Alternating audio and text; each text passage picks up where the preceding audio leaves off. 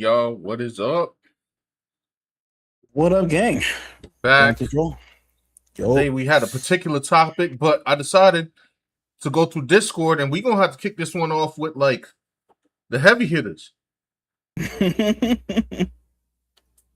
Now, I think this is just a screenshot, but it says Nina Lynn is unbanned on Twitch. Of course. I don't think these Twitch bans, they're like as strict as like the whatever any other social media, like YouTube. They have like the most harsh ban, and then like Matter of social fact, media, and then like Twitch. Twitch has temporary bans. They call it a ban, like they call it a ban, but it really is like a temporary suspension. I think like people like Hassan and Neon, these people have been banned, quote unquote, like a bunch of times, but they come back. no. The problem is that Twitch, or at least publications, claim that Twitch said that the ban was temporary. I mean permanent. Excuse me. Oh, They claimed it was permanent. big difference. Yes. Now I have to go see if this actually. Pretty wild. Sean will discuss that. He'll do his ace level research on that shortly. Yeah, but in the meantime, looking right today's video we're going to be talking about. Sean's going to be drawing Evie from Stellar Blade. Yes, right? He's going to, giving you the art. Giving you an art tip, Sean. You give him an art tip. Help the youngins out here with their little drawing. Art tips. Some face proportion or something. Make sure the stuff don't look, kind of wonky and whack, so they could go back to school and stuff. And all that. I got the first art tip for anybody that's drawn, especially if they draw fan art. Don't ever do fan art of video game characters, fam. Don't. And why is that? Look at this. Oh, I needed 85 pictures to understand this suit. By the way, this is not a critique on the suit. I'm well aware. He's welly, he jelly. He's litty. They're trying to bring that. Are they bringing that back? I'm well aware that video game characters have complex designs as opposed to animation and comics. But when you're doing fan art and trying to replicate these video game characters is 100% absolute torture.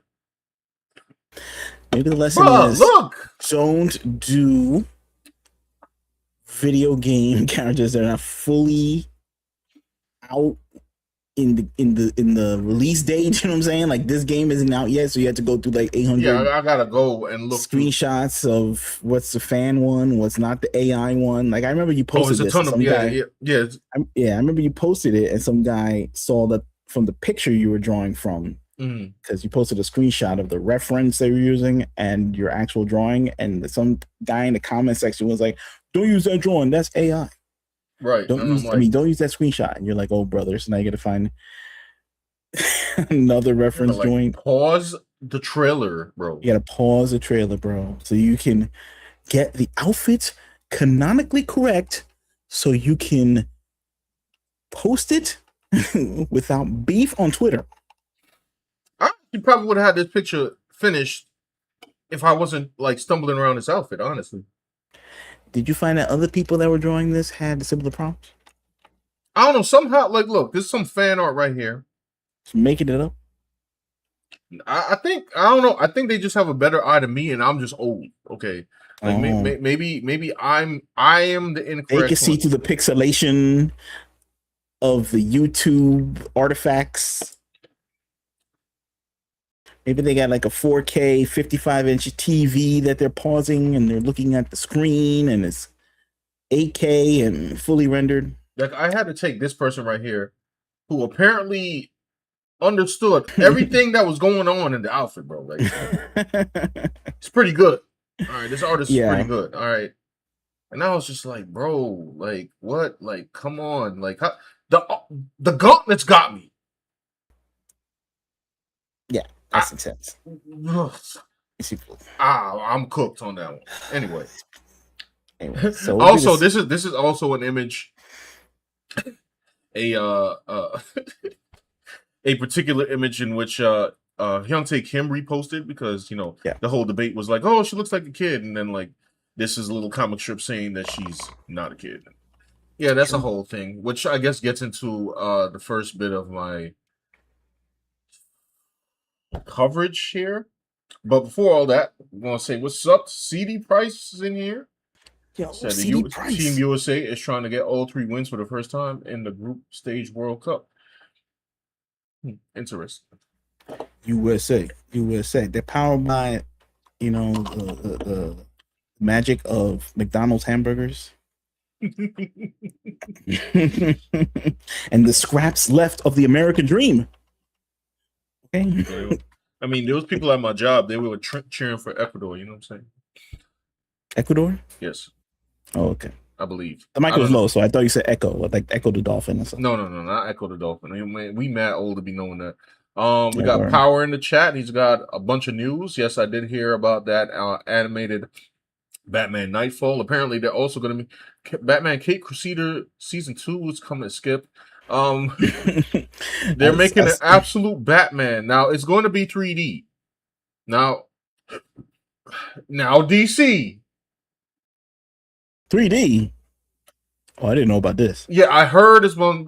I don't know. I might be wrong. But if that is true, DC, before you do, it's a show. Before you do a 3D show, I just want to remind you,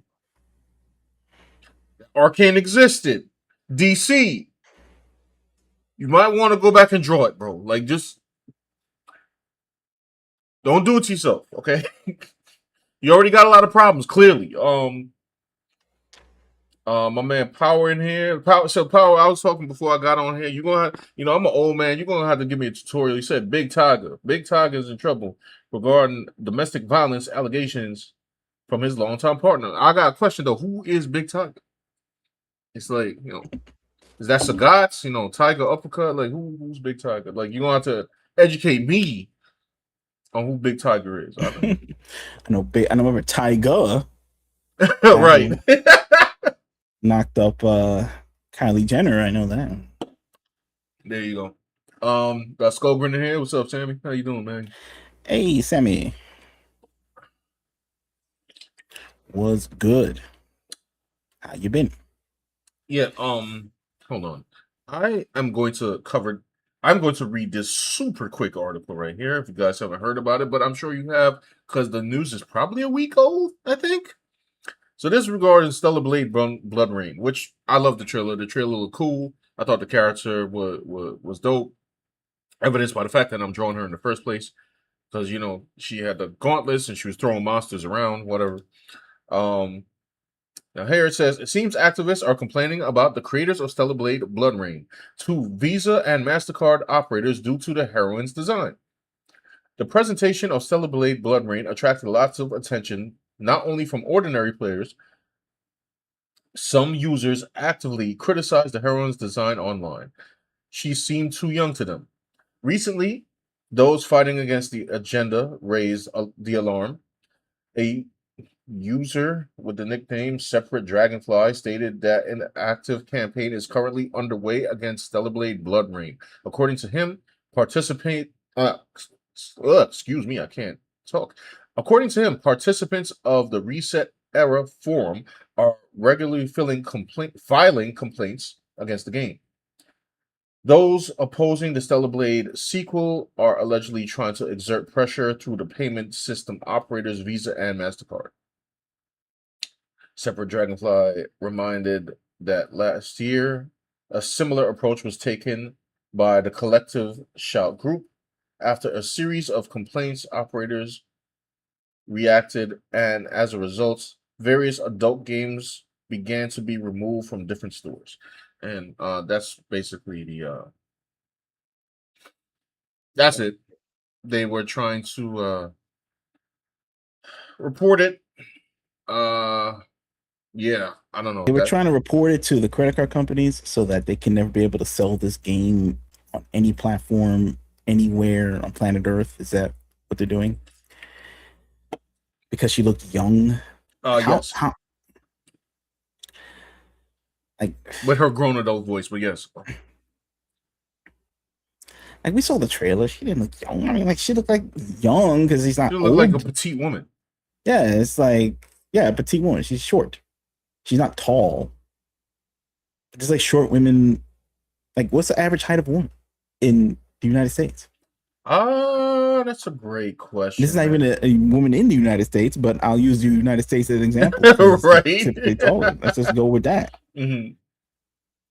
I'll look it up. Average height of American female. 5'4". 5'4". She looked about that, right? 5'4". Yeah. Shorter than that? 5 feet flat. 5'4" seemed about right. Eve seemed pretty tall to me, actually. Yeah, exactly. When I only played the demo Stellar Blade. I will get it eventually. Eve seemed like a tall woman to me. That's the funny part. Right. And Evie just seemed like a shorter one. Yeah. And apparently, according to Vera Dark, she actually spoke briefly with Hyung-tae Kim and indicated that, like, yeah, she's supposed to be in her early 20s. So I'm like, brother, what are we doing? I'm so confused. Now, I don't know if this is because, like, I see, okay, I have to explain, like, my view of things when I see them first. Like, I go through, like, a coolness factor, especially when it obviously has to deal with action, right? Now, hold on. I don't want to sound high and mighty when I say this, but this is just to understand my view of how, like, I see things. I saw Evie and immediately, like, you're like, oh, that's freaking cool. Like, she had a poncho on and she was doing uppercuts. Like, I didn't see like, oh, this girl in sexy poses or something. It's like when I play Marvel Rivals, right? Like, they bring out, like, these quote-unquote Gooner skins or something. Mm-hmm. I never buy them. And it's not because, like, I'm shunning them. I just think they need a little cool. Like, if it's not automatically cool to me, then I don't care. So, I don't know. Obviously, we're looking at it through another lens than I was. I don't know. Yeah, I don't know. She's covered head to toe. It's like Battle Angel Alita to me. Like, it really isn't anything new under the sun that anyone had problem with. So they, like, I don't know, calling the cops on this, the internet police, cyber police on this. Right. For what? Like, bothering people? I don't know. Don't like these companies have to like track, like, I don't know, terrorist money trails and stuff like that, and they're bothering them about video games made by sequels to video games, like, that were already out and had, like, zero problems. Yes. What's going on with the internet, bro? Like, I think it's just that people haven't made it, and now they have to, like, I don't know, crusade on the internet to feel something. You know what I mean? I think maybe you're right. And maybe, like, there's too much monopolization, and people just, like, they won't let them be creators, and now they got to be crusaders or something. I don't know. They're filling the void for me? Perhaps, but I don't know. It's always been this way for years. It's just that now that we are in the digital age, there's just more vectors of attack. Right. Like back in the day, we used to have, like, all these Saturday morning cartoons. And they said they were too violent for the kids and they were too, I don't know, scary and all this. Right. They took them, they started messing with them, writing to the president of the company saying, we're going to boycott you, we're going to picket you if you don't take off, all the cartoons that were cool. And slowly and surely they did. They had all these little infractions. They said, oh, you had to have educational content within the cartoon, educational programming to balance out the action cartoon. And then eventually, I don't know, the network just said, you know what, this is too much of a headache. We're not going to show any cartoons. How about that? We're just going to show golf or something. That's it. And then then cable TV, I guess they didn't have these restrictions. So they just, like, said, screw it. We'll just not do it. And, they just ruined an industry, bro. They just, like, nerfed an industry for a few decades. Well, now, I don't know, we can start to do something, maybe. Yes. In America, but in the West. But now we still have to beat the stigma of it being kiddie entertainment for decades. So it's almost like we're starting from like day one. Meanwhile, like in Europe and Japan, they were on day 1 billion or something. That's why their animation looking crazy dope. Yes. And we still, I don't know. Got to Invincible, like, I don't know, 2 years, 3 years ago or something. Took a long time, man. Took a long time. Hold on, let me see y'all comments. Took a long time to get up that hill. Sammy said, too late. I've already done art of video games before. Legacy of Kain. Was his design complicated? I'm trying to remember. Probably. It's a video game. Yeah. Video game like designers have like no chill, like none. As a matter of fact, the most drawable people that you could ever see in a video game is probably like people from the Resident Evil series. You ain't gonna have no problems drawing Claire Redfield and Leon S. Kennedy. You know what I'm saying? Like, it's a jacket, man, a shirt, and some jeans, and maybe DMC5 Dante. Anyway, Power says here, to add to Sean's explanation, there are Twixers. Is that what we're calling them now? Asking AI software to determine how old Evie is, receiving answers that she's 11 to justify the child argument. So we basing our answers on Grok and not the person that created the. All right, bro. It's so ridiculous. Like, what would it's not even a real person. It's a CG creation. It's from computer animation, right? Like, Blender. Like, it's not a real person. Like, how's it going to determine how that person is? It's making its best guesstimate.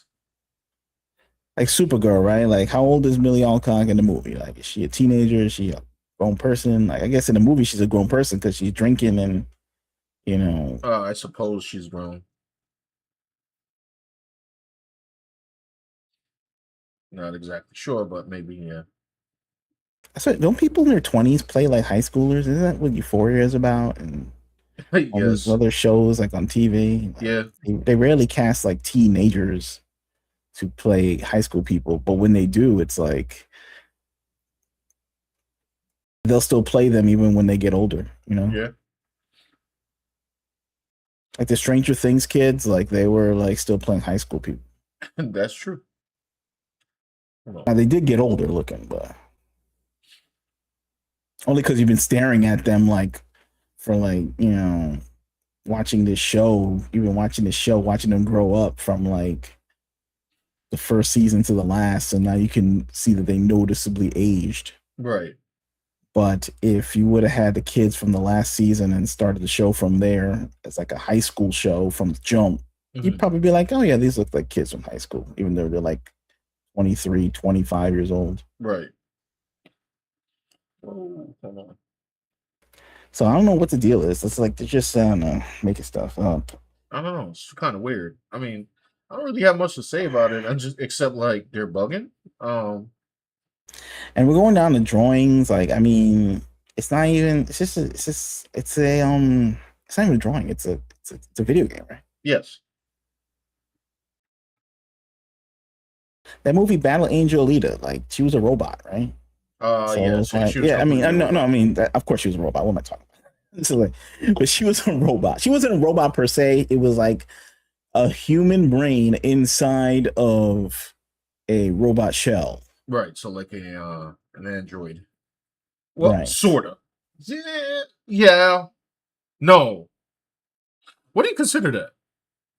Because I always considered like, I don't know. People go by this definition. A cyborg is like a human with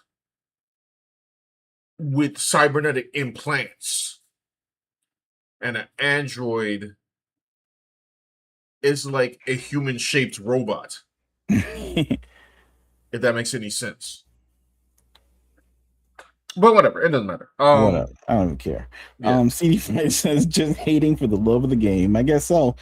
Haters gotta hate, they team up together to hate. And of course, everyone is bringing up that meme on like, people saying like, oh, Eve was the way to go as far as character design, and everybody's like, y'all hated Eve the last time she came out. Now it's just gonna keep recycling until the next one. Like, people hated Lara Croft and they hated I don't know, whoever else. Like, I have no idea, man. It's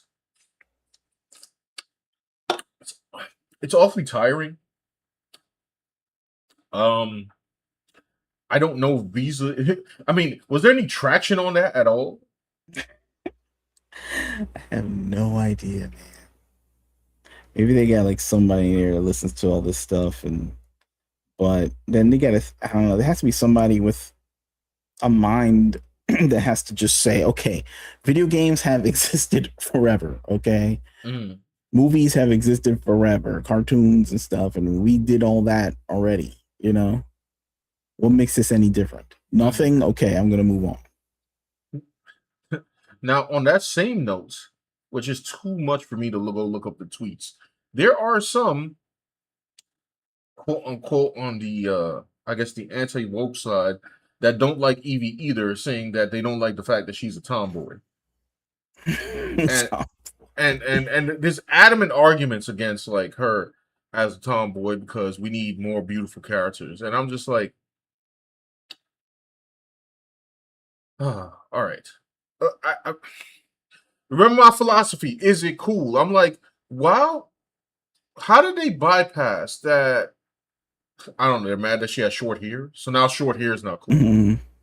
Somehow, I don't know if what is it? Remind them of like I don't know, young Karens or something like that. We've been have short hair since for decades, bro. Like maybe they're still mad about that. Maybe they're still mad about like the 1960s or something. Maybe they're mad at was it Breakfast at Tiffany's? Mm-hmm. Still mad about that movie or something like that. Having the main actress have short hair. Did they mad about that? Mad about any woman with short hair? Period. They mad at Meg Ryan from 1980s, bro? I guess so. But I don't know. If they're mad now, then that means they were like mad in the womb or something about this. Or like or they woke up mad. Like they popped out as a popped out their mama right as a baby and stuff, and then like I don't know, and he was old enough to have a TV screen in his face, and he saw like the first short-haired woman. He was like in shock, screaming and crying, pooping his diaper, something like I don't know, because like first of all, it's like they're talking like short hair, like a fade, or short hair like this. Like this is like this, like not a fade, not like something that like where it's obvious that they just wanted to not make them cute whatsoever or something. This is a regular dude, bro. Like, what are you talking about? I don't know. Long hair, like heavy metal guys. Can they do that? Huh? What about heavy metal guys that have long hair? Is that too feminine? Is that you should never have? Do they get just like like I don't know? I don't understand. Howie Long like buzz cut from 1990s, like because then it goes outside of the perceived coolness of the character into some like whatever they think is the standard masculinity and femininity at the moment, and I guess this did not add up to the standards, and they're upset, and I'm confused because I'm sitting there and I'm like, I just saw her do a 15-hit combo on a monster. Why do I care about her hair length? She's not bald. This is not like what I'm saying. This is not what's the game that's about to come out? The Heretic Prophecy or whatever. I can't remember the name of the game. And it's like a dude that a woman would get like at a salon. It's not like she had a homemade haircut or something. Like no. Like it's styled. It's not like this is not the Portland haircut. You know what I'm saying? Like it's not like remember when like in the Flash movie when Supergirl was kidnapped or whatever, and they took a buzz cut and started like shaving her hair off and all this, like like a budget haircut or something. It's not that. No. And then I guess eventually she got her hair back to a short dude. What did they hate the Flash Supergirl haircut, I guess? I think some people did, but only because Supergirl in the comics, Yeah, when it didn't have wasn't the accurate haircut. to, like, I didn't particularly hear that haircut, but I understand because it didn't match Supergirl's hair for combat accuracy. So just on Mari Cinematic, hey, what's up, man? What's up? What's up? What's up? How you doing, man? We're just here covering internet's inconsistencies. But yeah, maybe those are the rules. I don't know. The people are making up new internet rules. Some for people. It's like no short hair women ever. Yeah, I didn't get I didn't get the firmware update, bro. Like it's like women like back in the day who had like these emo haircuts. Like the women, they would have like, like the bottom of their hair like kind of like jutting out or something like that. Mm-hmm. Like it was kind of like frizzed at the bottoms, and it looked like, and they had a swoop on the top or something, Right. And it was like, I guess, shorter than long hair, but it was still like a feminine haircut. Yeah. They can't even do that. So there's like no rules for like, it's just long hair all the time, bro. So they're like invented something new, like new standards. Yeah, I guess are some ancient standards. I guess we're going back to it's like they say like we're trying to go back to the 1990s or something. That's what everyone says on the internet. Like that's the golden age of entertainment. Mm-hmm. Is we had to go back to the 1990s. Okay. But I guess they want to go back to like the 1790s or something like that. That's where they want to go back. But there was nothing wrong with the haircut. Like, but yeah, so that's their argument, and regardless you on the Bandit Visa side or this is the tomboy garbage, and I'm just like, what? How? I'm confused. How did you guys get past the trailer to perceive all of this instead of thinking that it was freaking cool? They give you sci-fi backgrounds, whole cyberpunk like playing field. They gave you monsters. They gave you combat. They give you a mysterious story, a cool looking protagonist, and side characters that we never met before. And somehow what you came up with was all of that. Visa bands and down with tomboys. I don't understand how you genuinely got to that conclusion. Maybe it's me, son. I don't know. Like maybe yeah, maybe I don't know. Maybe I'm with you. Like maybe I just reached the end of the internet, bro. That you just can't take it anymore. Like it just doesn't make any sense anymore. Like, what are we talking about here? It's like it's a strange world that I'm in, and I'm like, I don't know how I got here. I'm like, okay, like she's not even gonna be the only woman in the game. No, not at all. There'll be taller women. There'll be women with long hair in the game. Right. It's not gonna be Concord. They acting like it would be. They acting like this is like the first step to Concord. Like no, I'm like and I'm like, okay, maybe, but then how come? What? Like then the West is lost completely? That you're now freaking out about this, but this is not even nothing to freak out about. It didn't look anything bad. First of all, how we Hong Tae Kim is falling off? Like, please. Yeah, like how we living in an age in which we are questioning South Korea? We questioning South Korea? Have we lost our mind? They don't let you go and be an entertainer in South Korea if you chopped. So it works. They wouldn't even let you like deliver coffee to the entertainers unless you ain't chopped, because they're afraid your choposity might infect the room or something, which might affect the entertainers. Set a bad standard going forward. You know what I'm saying? That's what it is. I heard something. I don't know if this is true. Somebody in the chat can let me know. Well, I heard something where they were saying like that sometimes K-pop stars have like contracts to like stay single so that like they could feed into the fanboys dreams of like, oh, I could get with her one day or something. Now, I don't know if that's true. Oh yeah, probably. I'm like, that's insane. By the way, guys like, too, they want to keep them single, so they think like the girls got a chance with them. If they're hooking up on the side, they don't talk about it. Like, don't ever say it. That's an old rock and roll thing. I mean, that's an old music thing since back in the day. But I didn't realize that. Sorry, I'm sure it's like doubly and triply enforced in South Korea, bro. Because they just do like manufactured K-pop.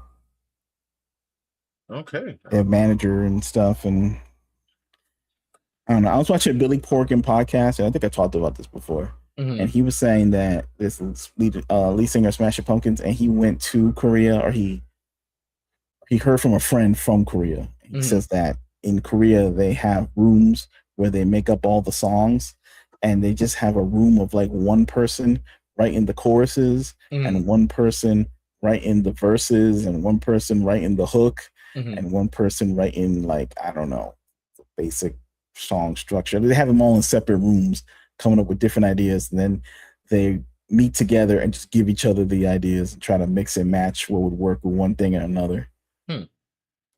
So it's like a real, like, it's like a chop shop, basically. Sheesh. And now they have AI, so who knows what they're doing with that? Like, they're definitely using it. Right. It's another tool for them. All they need to do is just make something into a musical shape and give it to the people to sing, bro. Give it to the pretty person to sing, okay? Will never be chopped, ever. Okay? And now they're trying to correct South Korea. Maybe people feel like if they correct South Korea, it'll make them feel like they're winning or something, or they're like in a better place.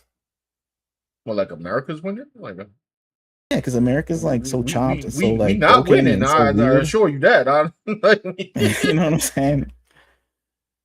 I regret to inform. Yeah, exactly. America's a hot mess. So if they critique more successful nations, they can, like, in terms of the entertainment, they can distract themselves from how chopped their home country is and how, like, busted the video game industry is right now. The layoffs and we doing bad, boy.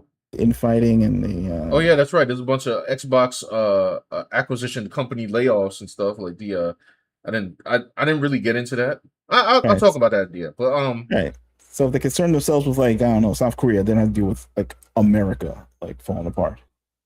Man, listen, look, tomboys never went out of style. I don't know what people talking about. It's ridiculous to me. All right, that's my stance. Okay. Right. First of all, my stance was bro, like, kind of a tomboy is like, tomboys where it is. Tomboys where it is. No, like, it's just a short haircut, and they're trying to make up like, is every girl who has short hair do a tomboy? Like the first time, like one of the few times where I've seen like the worst parts of either side of anything banned up for like what I deem to be silliness. Okay, it's ridiculous. All right, cinematics here. What's up? How's it going? Power 100 says people are also mad. The internet didn't want to accept a real woman like Faye. What's that? From God of War. Oh, God of War. Laufey. Yeah, I mean, that was the other thing too, where it was like, it was a bad week. I'm not gonna lie. Okay, it was a really bad week for East versus West. Like, it was horrendous. Like, we had the Laufey, right? And then people were saying like that Faye looks better in the older games than she does in this game. And I already put my stance on that. Like, I don't really care about the game. I'm God of War out. I'm only PC right now. I don't even know if they're porting it, and I don't care. I got other problems with the game. Like, why in the world I gotta be playing with a talking sword and a talking jello cube that's doing combos with you? Like, fam, I don't no, it's not vibing with me. I'm sorry. The combat looked fine. And then you had, and I'm sorry, this is where you gonna say, oh, show us the chud. Like, yo, the chopped Jean Grey B. Not only that, but the most basic outfit like I've ever seen in my entire life. Or I saw somebody on Twitter said, this is the most sauceless Jean Grey they ever seen. And I was just like, all right, brother. Like, but I mean, it's Insomniac, and I figured they were gonna do that. Okay. And then at the end of the week, what happens? We get this Stellar Blade, Blood Rain, and the Code Veronica remake with Claire Redfield. And I'm like, brother, ew. Yeah, the ending, starting the week with Wolverine and God of War Laufey, and then ending it with Code Veronica and Stellar Blade was just a bad time all around. And created such a crazy discourse that I didn't really have much to say about it on Twitter, because I'm like, yo, I don't want to deal with this. Like, y'all got it. I thought Evie looked cool, so I drew her. I don't want to have this discussion. I guess I'm having the discussion now, but like back when was that? 2 weeks ago or so? Yeah, I didn't want to deal with it. I'm just like, this is ridiculous. But yeah, the discourse on Evie was ridiculous. Either oh, she's too young, or oh, she's a tomboy and she's not hot. And I'm just like, or she's cool and she's doing 15-hit combos. I didn't see anything but that, bro. Like, people are weird. Oh, I don't know. But hey, whatever. I mean, everyone's entitled to their own opinion. I just don't understand what the new requirements on a female gaming character are supposed to be, nor do I care, really. But yeah, they was throwing up new rules or new fake rules. Like, she looked too young, she looked too old. But it's never consistent. It's like, what's going on, bro? Sometimes they switch roles, like they switch places. Yeah. The haters and the whatnot, they like switch roles. I'm like, what are we talking about? By the way, side note, the cool thing about this complicated outfit that was driving me crazy to draw is that it's now super easy to shade because it's all one color. Yeah, that's cool. Yeah, I'm just like, lines on, like, and it's just lines, really. Yeah, I can breathe. I can breathe.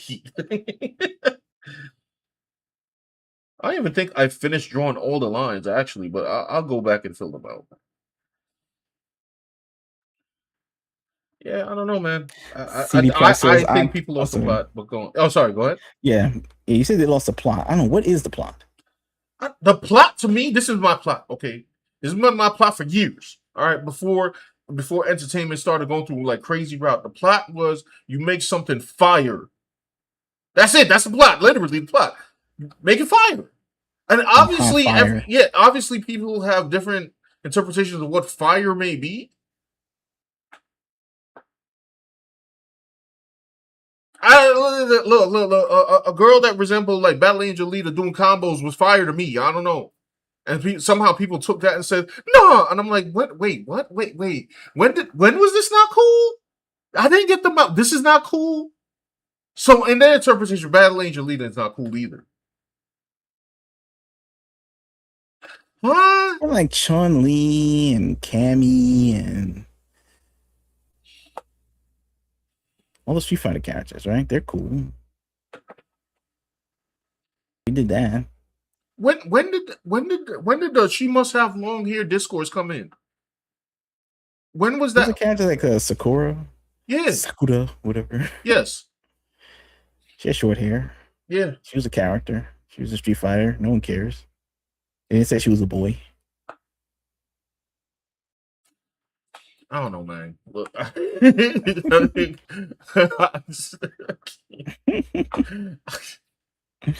CD Price says, I personally question South Korea questionable bodily surgeries.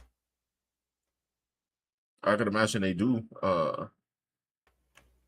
Yeah, I'm not sure what's entitled. Yeah, I should probably Google it one day, but I guess, like, I mean, first of all, I guess they make sure that they're super thin, right? So they don't feed them. So that's like that surgery.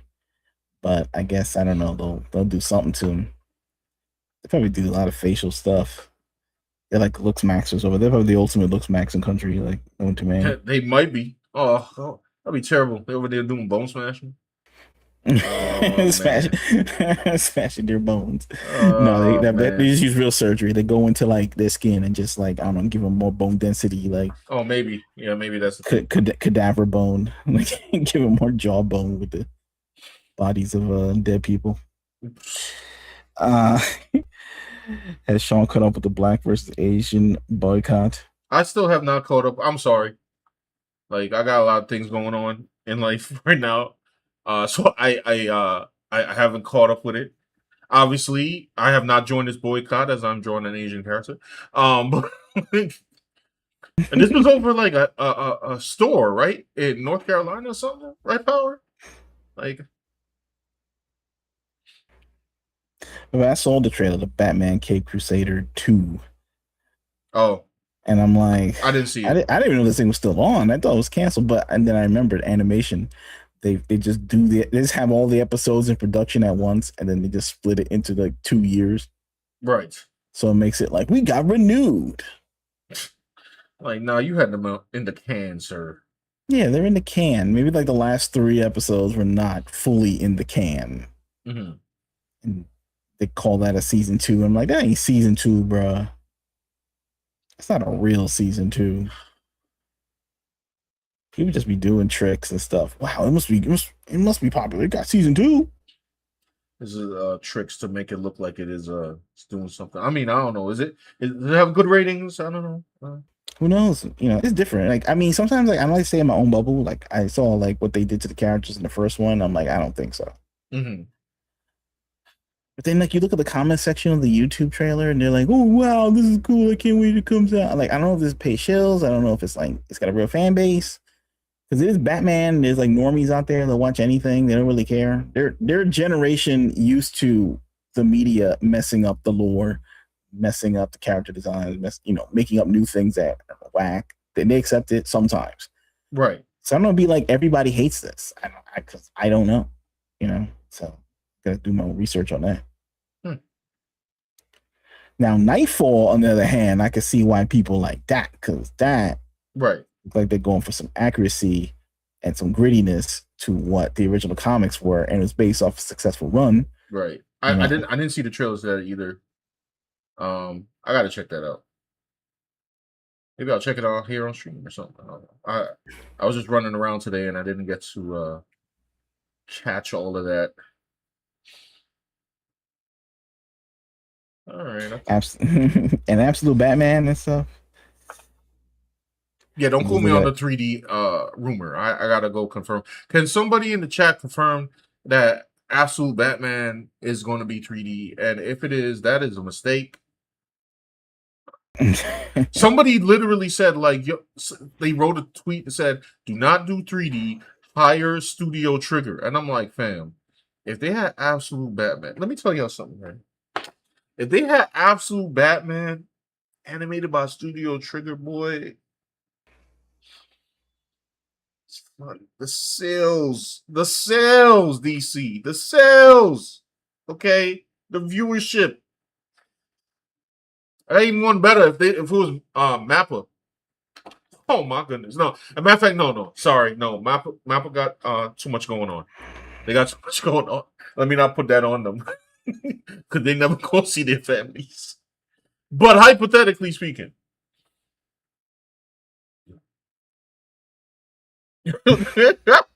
Sorry, CD Price said particular copy South Korea whole flow word for word, bar for bar.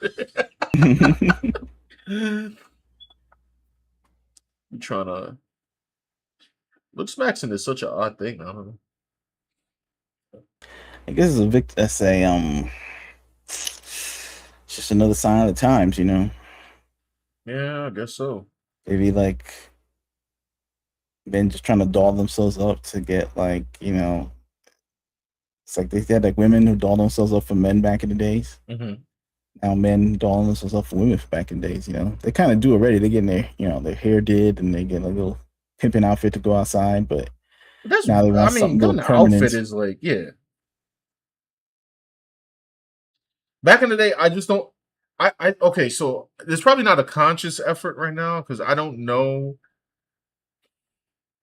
I guess like looks maxing is a way for dudes to live like I don't know, like I guess if you imagine like what Brad Pitt's life was like back in the day, or like one of these like dudes that women swoon over just by looking at a photo of him. Mm-hmm. So, and then you're born with what you got. Right. Some people won't accept that and be like, nah, I want to see what it's like to live like that dude. And they'll do whatever it takes to become that guy so that they can live on easy street with women or something. So it's like if people want to do, I guess, these self-science experiments on themselves, I mean, I can't stop them. It's like we're all looking at it like some big freak show. Like, we'll see what happens, like. It's funny. Back in the day, you want to know how you looked, Max, back in the day, bro? Put on a suit. Well, they used to impress people, but that's it. Oh, it's still a suit is still. A suit still works. Like, I don't understand. Like, the people out here smashing their bones. I'm like, fam, get the suit, bro. You don't want to do all that. Dress business casual. I got 2 routes for you. Super easy. You could go to Old Navy and buy cheap clothes and just look good. That's it. I don't need to take hammer and be like, doom, doom, doom, doom, doom. Like, I don't know. I don't need. I mean, okay. I guess it don't matter for me because I'm about to be like married or something. But like, I'm just saying for the gentleman out there that's single. Well, I know you guys in the chat is not. I guess he want to live like a rock star. You know what I'm saying? He want to go buck wild. Like, he wants like a different woman every night. He want to like sleep in the penthouse of some hotel by some rich bajillionaire who, I don't know. Like, he just trying to live some raucous lifestyle. So you want to like walk the runway at the, he wants these opportunities that are given to, like, I guess, good looking people, but he didn't start off 100% that way, so he's gonna like geoengineer himself to be that way. I guess so. But now he got to put up with the problems. Everyone has problems. It's like life's a series of trade-offs, not solutions.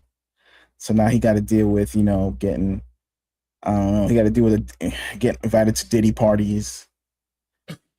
He got to deal with women trying to get his baby. Right. You know what I'm saying? He's got to deal with like, dudes trying to be his friends just to get his girls. It's this alpha. Like, look at Brad Pitt right now, bro. Like, people were like, yo, this guy must be living the dream, bro. Like, women worldwide want to get with him and all this. And then what happened, bro? Like, he got with Angelina Jolie, who was like, I guess they said the hottest woman on the planet, according to Hollywood, when Hollywood was dictating what the hottest woman on the planet was. And it was over, right? I feel like he won. He won everything, right? Yeah. But now look at him. He got divorced. They're suing him. You know what I'm saying? Saying she accused him of, like, I don't know, beating up the entire family on the plane by himself and stuff. And he had to like go to the FAA. But I don't know about the family on the plane. I don't know. He said like he got into an argument about, like, I don't know, with his wife and kids, about him smoking weed or something. I don't know. And then like he started hitting the kids, started like suplexing people. I don't know what it was. It's not funny. I mean, I don't know if he did it or not. That's like the term suplexes. I don't know if wrestling moves were involved, but something was going down at the plane, right? So then he had to call, like, I don't know, he had to call up, I don't know, the airline. He had to call up, just because she's suing him and she put that in divorce. Like, oh yeah, he like duped out the entire family and stuff. Good grief. So then he had to be like, all right, cool. And then he called up, like, had a federal investigation, and the federal investigation found like no evidence that this happened or something like that. And it was in his favor. And so in short, Clavicular wants those problems. That's what I'm just saying he don't want those problems, but I'm saying these are problems that like happens with, like Biggie Small, more money, more problems. So he's in a different escalation of problem. Or you can just go get the suit and meet an own person. Hey, what's up? It's Charles Snow in the house. What's up, man? So Brad Pitt, he got to do, like, he was probably like, hey man, I just want to do A-list movies. I don't got to be in slop. But now he kind of got to like dip a little bit into the sloposphere. Like, he got to like try and like, cause he got to pay for all the alimony in the big house. He's just a movie where like he's with some dog and he's in his plane crash, and now he got to survive the elements with his dog.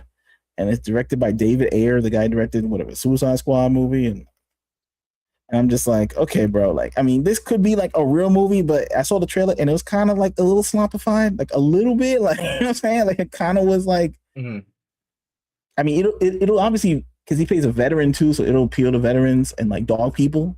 But like, I feel like this is a movie. Like, if he goes beneath this level, it's gonna get bad for him, bro. He's gonna be in like, I'm not saying he's in straight to video territory. That's crazy. Like Brad Pitt is permanent A-lister, but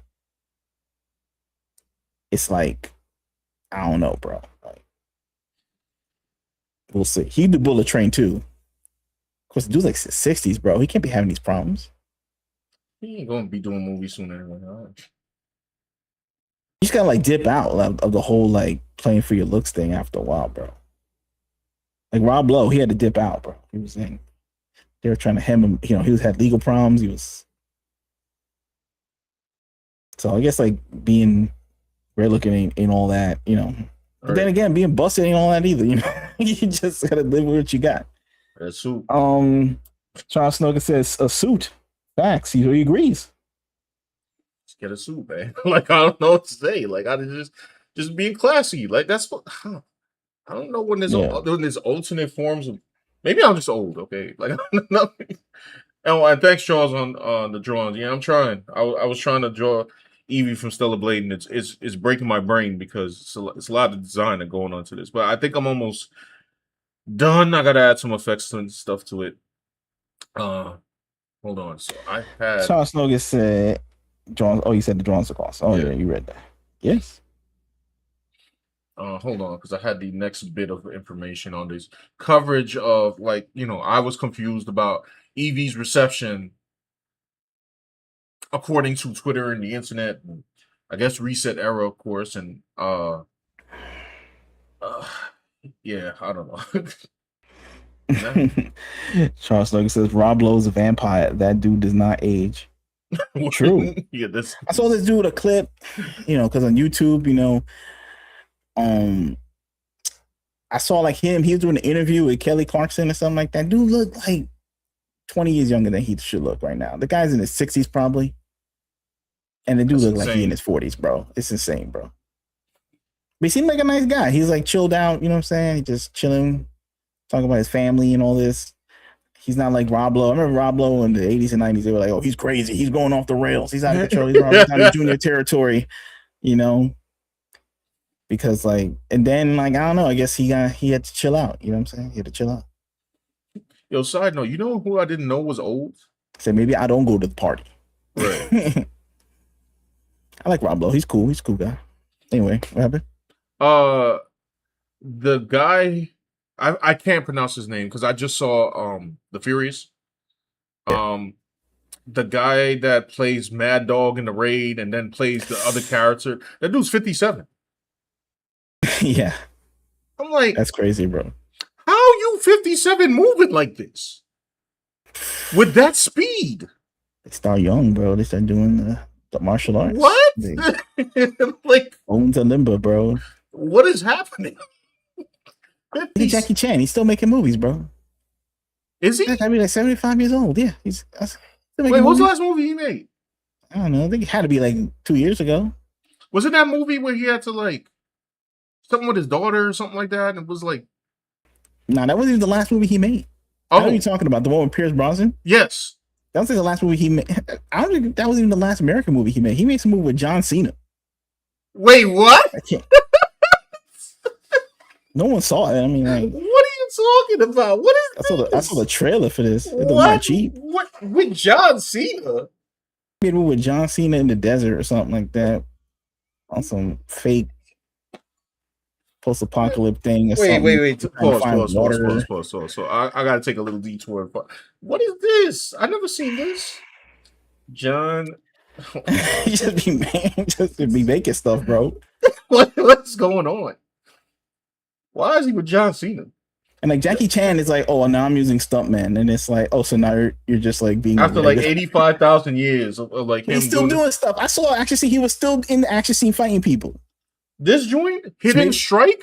That's how tough Jackie Chan is. He's like, okay, now I won't fall out the window by myself, and it's like I'll just like fight the dude in the room for like an hour. I'm like, okay.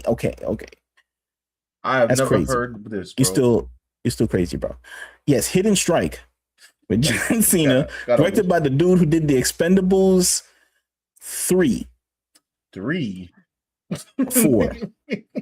3.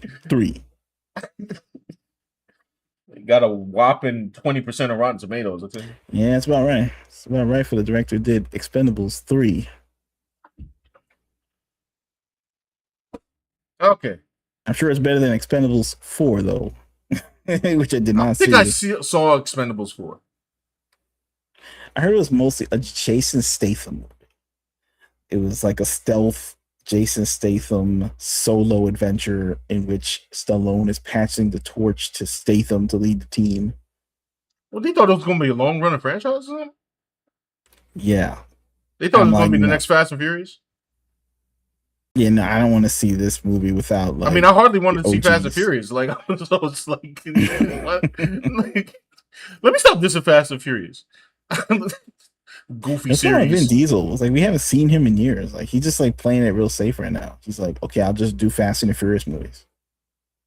We're just going to wait around for him to, like, I don't know, defy physics and jump over cliffs of cars? Yeah. Every...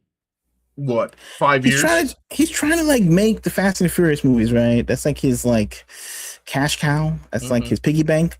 And then he wants to do the Riddick movies, which is like his passion. So Riddick is done, bro.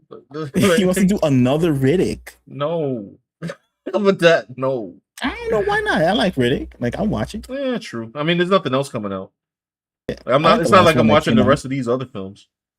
Yeah. But anyway, Sorry, go ahead. Anyway, Ryan, go ahead. What was your bring up? So the other thing that I was going to bring up with is this. Also, guys, if anyone's in the chat right now, if you haven't left a like on the video, please leave a like. Yes, thank you. Helps the algo, keeps the show on the air. So you told me about this tweet, and it came across somewhere. Yeah, this is Matt Walsh. You guys may be familiar with him. Conservative guy. He works at the Daily Wire, right? The Daily Wire. Yes, White. Yes. What did you say? That's what I said. I think my voice was just all muddled.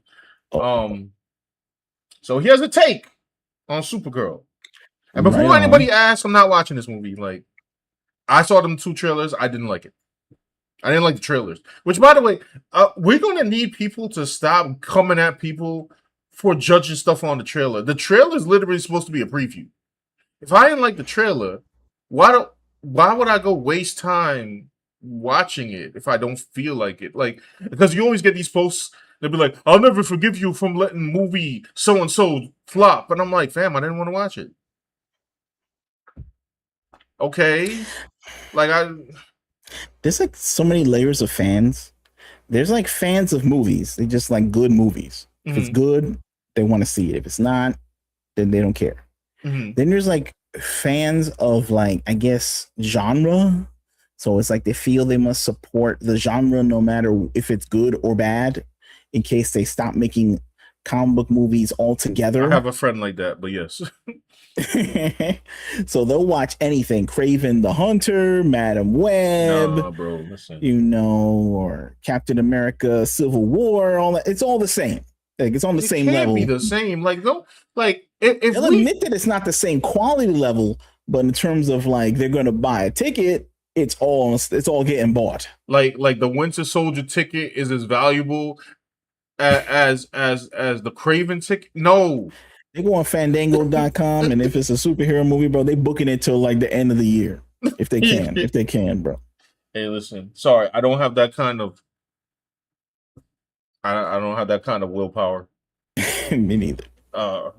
Anyway, so Matt writes here, nobody cares about or watches these female superhero movies. I think there's maybe one that didn't flop this century. This century is insane. Female-led action films in general are almost always a dud. There's no audience for it. Nobody wants to see some 105-pound girl boss action hero. It's a comically absurd premise, and there's no getting around that. The studios are, of course, aware of this market reality. Are they? Whatever reality he thinks is a reality. Yet they keep churning these out anyway because they'll willingly lose money for the sake of pandering to women who want these movies to exist in principle, but don't actually care to watch them. That's how female-centric our society has become.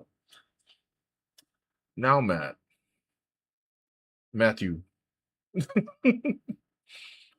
uh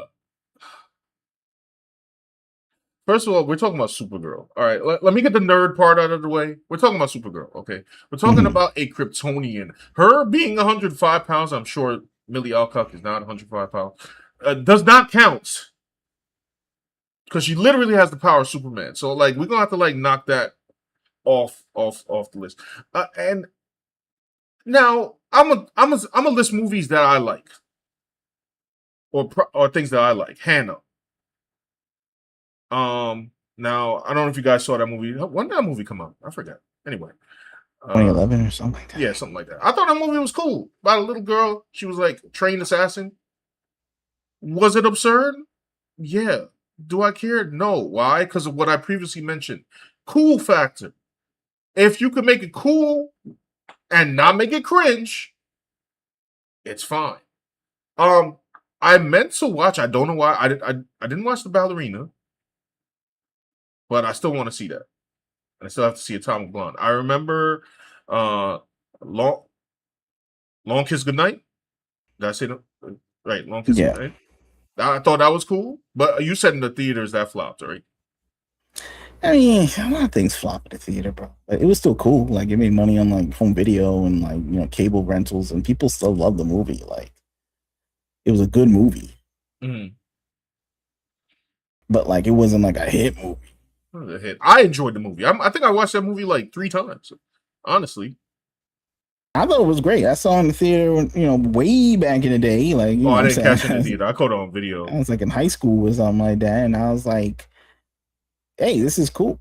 I think it had like weird marketing. Like, it was like, I guess it was written by Shane Black, the guy who wrote Lethal Weapon, and you know, and I don't know, maybe people forgot about Lethal Weapon was cool because it was a weird time. It was like 1990, it was like late 90s. So people were like trying to like forget about action movies. It was more like a throwback to like the early 90s or like the 80s in terms of action movie. I thought it was great. So it's like, it was cool. The action was cool. It was filmed cool. Right. In Asia, we don't have these problems. I mean, we don't have these problems. I'm like in Asia right now. Like, I'm wishing I wasn't there and not in this. Dan has been transported slowly declining Western civilization. They make movies all the time. The movie The Villainous, the Korean movie that had good action scenes. Right. I don't know. Michelle Yeoh, she had a whole career being an action hero in the 80s. The Hong Kong films, you know, Spectre. Dude, I don't know, bro. La Femme Nikita, right? I was about to mention that. Great movie, you know, Luc Besson killed it, right? You know, stylish film, dope. You know, then there was the Femme Nikita TV show with Peter Wilson, 5 seasons, right? I mean, people were watching this. It wasn't a flop. It went on for 5 seasons. Good show. Then it was a CW show for 4 more seasons, right? So people were still watching that. Yeah. You know, you watch the show. Hey, the action scenes were good for TV. The storylines, especially for the Peter Wilson version, were really good. It was written by Joe Cernow, who did 24. Okay, which has some of the best writing on TV. He was working out his stuff on the Femme Nikita. You know, so you see all the weird plot twists and the big gambles and like the risk you take on that show within that late night cable format. He has basically his training ground to like go completely off in 24 in a good way, right? So I don't know. It's like, can we really just say like no female action stars ever? It's like, no, it has to be like the bad ones, right? And some can be bad. Now there's some people who be like, none of them are bad or something like it's just like, but that's just like wacky or something like that. Those are like Charlie's Angels was good. Yeah, the first one. The first with Cameron Diaz. Right.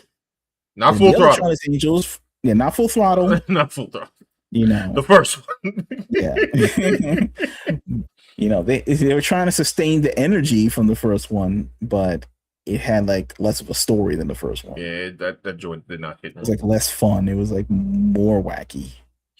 Hold on. And then but then they had the remake, which had like no visual panache.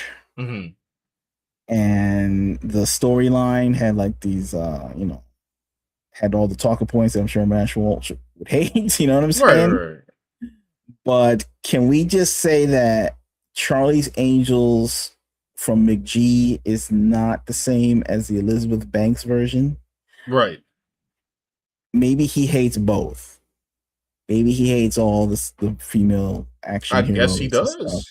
But I guess this is not speaking for everyone. Like maybe he hates Aliens with James Cameron. He doesn't like that. You know, now, some people don't. I don't know. Like, okay. But I do. Like, I'm fine with that. I'm fine with.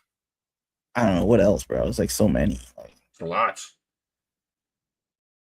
He probably just throwing them all under the bus. Like he's throwing them all under the bus. Maybe he hates them all, son. But this is along the arguments with like the tomboy argument from Stella Blade that I don't understand. I'm like, what is this? What is this viewpoint, B? Yeah. Look, he has an additional. I'm just saying it's a personal viewpoint. I don't know if it's like a widespread viewpoint. I don't know. Well, you know, Matt, he's always good for hot takes. So he additionally writes here. I mean, I like a good hot take. I mean, you know, I listen to anybody's hot take. You know what I'm saying? Like, say I hate pizza. You know what I'm saying? Crazy stuff. I'll be like, all right, well, let me hear it out. Right. Why do you hate like the most delicious food on the planet? Why do you hate it? Some people just be like, no, you know, get them, throw them off a building or something like that. That's be like, nah. Well, let me hear the guy out. Convince me. Yeah. So he says here the only good female-led action thrillers of this century. This man is giving hard century. Well, the century's still young, so we have like the 2000s to now, right? And you know what's interesting in America, at least, I feel they're not making action movies. Well, hold on. Wait for that point. All right. Let me stop. All right, you read the thing. I will comment on the thing. All right. Said one of the only good female-led action thrillers this century was Sicario.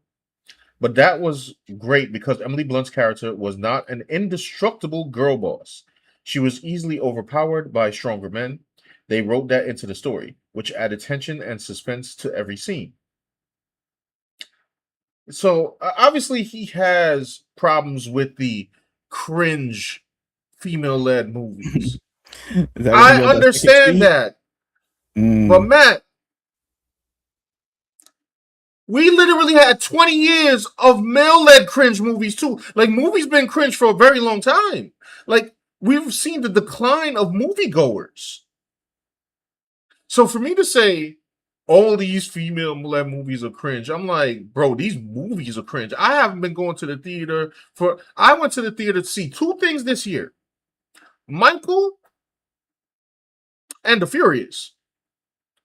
And if I'm bored, you could get me in the Spider-Man. Maybe for him, it's like a sliding scale. So if like the male's action movie is bad, the female one is worse. So it's like it offends him on a scale. You know what I'm saying? Right. I guess. I guess before, I don't know, they try to have some kind of standards or something like that. They're like, we'll make a female action movie, but the girl has to look like a bombshell or something to distract. So to help the entertainment value. It's not even like distract. It's like to make entertainment value. But now it's like, okay, you could be. Then they started like messing with the formula. They're like, okay, you can be 56 and an action hero, female. I saw a trailer from the old lady from what's her name? What's that movie? Insidious. It's like doing karate moves on people and stuff. It's just, and I think it was a comedy. It must have been a comedy. But I don't think it's like realistic. You know, I'm not even trying to come for nobody. It's just like I'm just trying to understand the argument because I just saw that tweet and I thought it was interesting. I'm not here to cape for like all movies are bad or people do it too or something like that. Like I don't know. I just can't make a hard exception for everything because and that means I won't watch it. Like the first few seasons of Buffy were pretty good. Yes. Right. Like 1 to 3. You know, once you get past season 3 and you're into like 4, 5, and 6 territory, it's like they're good ones in the batch, but you take your risk. Right. You know, season 7 had like no good episodes, but it was entertaining. They had an excuse. She was trained. She has superpowers. I mean, once you put in superpowers into anything, then the rules don't really matter. Yeah. You know, like Evie here has powers or something. Like she's more stronger than the actual human thanks to modern science. Right. Once you put that in, then it doesn't. You know, the power differentials don't really matter. But you know what didn't have power differentials? The female-led movies that the Daily Wire made. So it's true. Yeah, they make a lot of female entertainment over there. In fact, that's all they do. But maybe he's mad about that. Maybe this is like some kind of like a sneak diss on his own company. On his own peoples? Because he can't do it outright. So maybe he's like hoping somebody will notice and they could finally, I didn't bring this up, but since Batman 849 brought it up, I'm gonna talk about it. But he would have to critique the stuff in their own company, I guess. Gina Carano, right? They hired her. Run, Hide, Fight. That's another one. They had some superhero thing with like they starring the kid from Cobra Kai, and they were like adopted brother and sister, and the sister superhero was better than him in the movie. Oh, see, okay, that doesn't make any sense.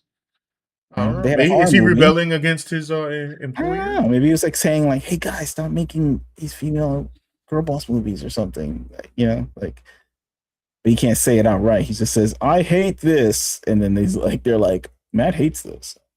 Oh, maybe I should stop making the girls. I don't know what the story is. You know, it's like I don't know. Listen, I still go with the rule of cool, and if it's cool, it's fine. Like I don't know if it's like I think it's believable that it's I don't know. You have to make me believe it. If I don't believe it, then it's absurd. But if you make me believe it, then yes. You know what I mean? Like when I saw like Cynthia Rothrock doing kung fu movies and stuff, like it makes sense because like I don't know, she got like strong legs or something like that. She's like really kicking them hard, and the dude's flying away. Right. And the guy's not like 10 feet tall that she's kicking or something like that. He's like a regular guy. Right. Skinny, or if he's in shape, he's not like a 7 foot tall Russian guy. Jacked with steroids. Because that's the guys they hire now. It's like these ex MMA like ginormous people as like regular hench dudes. Yes.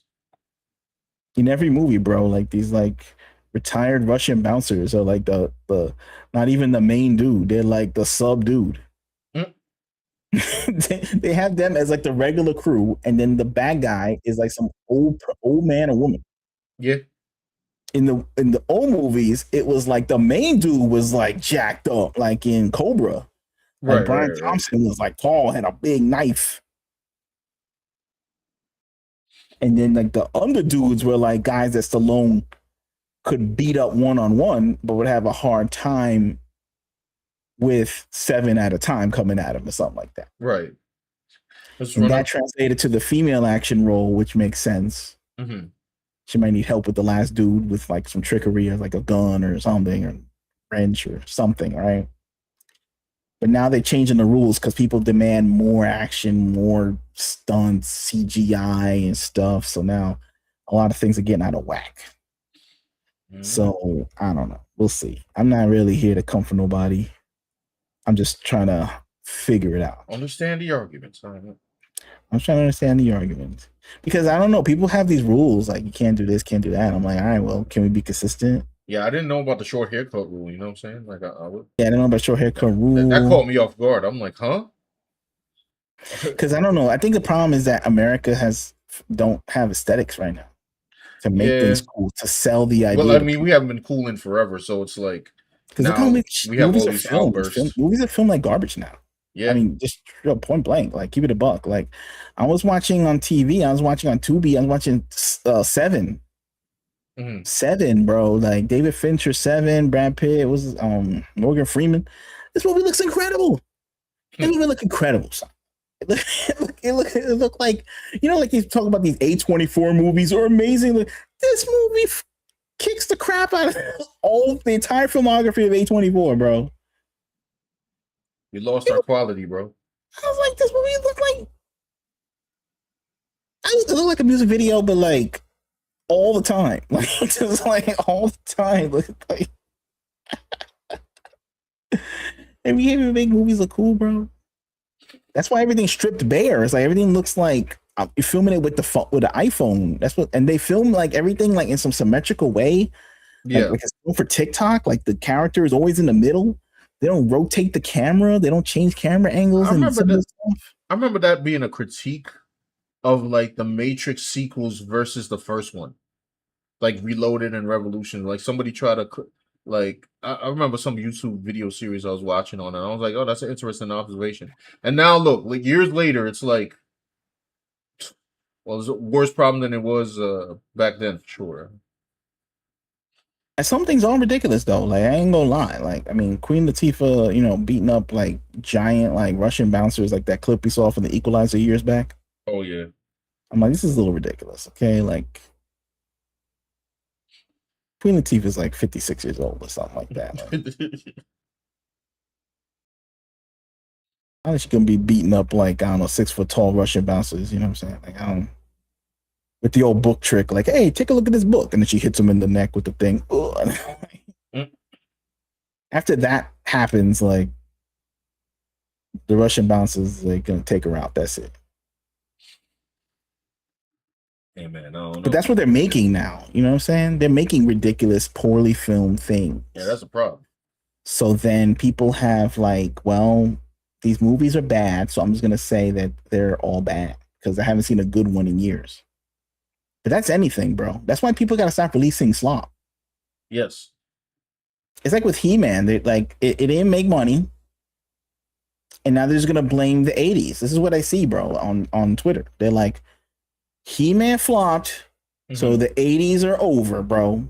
And I'm sick of them, and no one cares. And this proves it. And it was like, it was never properly adapted since the 80s. Exactly. That's why it fails, bro. But they acting like this is a one-to-one thing, which proves that your original thing sucked and sucks now. And I'm like, that's not even true. Okay? But He-Man flopped because it was 2.5 hours, bro. Yeah. And the good parts were on Eternia. They should have just made that the movie. And then they claim, well, the budget, I have to set it on Earth. It's a 2.5 hour movie, bro. Stop. You can have like a third less shooting days if you just like cut the movie by like 45 minutes and just make it all about Eternia. And that's what sold the movie. And that's what was selling the trailers at the end when they were getting desperate. They were like, holy crap, I think it's going to flop. Don't show any more of this Earth stuff. Just have him in the ship, have him at Castle Grayskull, have him fight a Skeletor. And I'm like, yeah, just make the whole movie about the good part, okay? And don't waste time with the part nobody want to see. I mean, they dropped the ball on that one, sadly. But it's like annoying, bro. Like you do something badly, and then it's like, I don't want to see anything from the 80s anymore. Like, okay, well, what if something good from the 80s? Well, how do they account for all the rest of the movies that nobody wants to see? Yeah, I don't know. It's like you do it badly, and then you just there's a lot of crappy movies out right now. You know what I mean? Like, yeah. A lot of bad movies. There's a lot of bad action movies. It's just slopified. Like back then, there was like rule systems for good, you know. Now they don't have safeguards to make them good. You know, I don't know. Let me see what's going on in the chat. Con 100 says you can't say. Oh no, it's up there already. Charles Nugget says, why do they even link it to Earth? Just all Eternia. Agreed. Yeah, I don't understand. That's what made me not want to see the movie. Yeah, once it was like, oh, another Earth thing. Nope. It was just like, nope. First of all, they did it in the first in the Dolph Lundgren movie, and I didn't want to see that either. Yeah, and then they claim, oh well, it was low budget and they had to set on Earth, and you believed it because it was the 80s. They didn't have CG. It was made by Canon Films. I mean, like these dudes were making, low budget like movies off rip. They were making like, Charles Bronson movies for like. You're right. At least they had an excuse. What's the excuse here? Oh, well, we don't have the budget. Like, listen, we green screen movies all the time. Stop playing with me. Like, yeah, word. In the age of like CGI and AI and these guys had like a $200 million budget or something, or $150 million budget, and you still can't give me Eternia. Somehow, bro. It's like they just don't want to admit they don't want to give you Eternia. At that point, it was just like, we're choosing not to. Don't they realize that the history of the franchise, incorrectly adapting He-Man, has only led to ruin? Like, they're trying to, because they can't. I think it's just that they can't understand that the original one was like very simple. It connected with a lot of people. Mm-hmm. They resent it or something. I don't know, because it's that simple and childlike and innocent and kind of and entertaining, and kind of leans into, you know, what dudes want to be, like action heroes and buff and save the day. Like, they resent it for some reason. They want to change it. They want to morph it into something else. They want to make it a relatable thing for not to people, but to the people making it. Like, they want to talk about Earth, and the people who watch it don't want to think about Earth. They want to escape into Eternia, and they hate that. So they keep changing it to make it more what they want, and then it flops, and then they just blame the audience. I still want to make a video about this one day, but like I saw a couple of YouTubers talk about this, and it's true. They do not like the typical hero's journey, bro.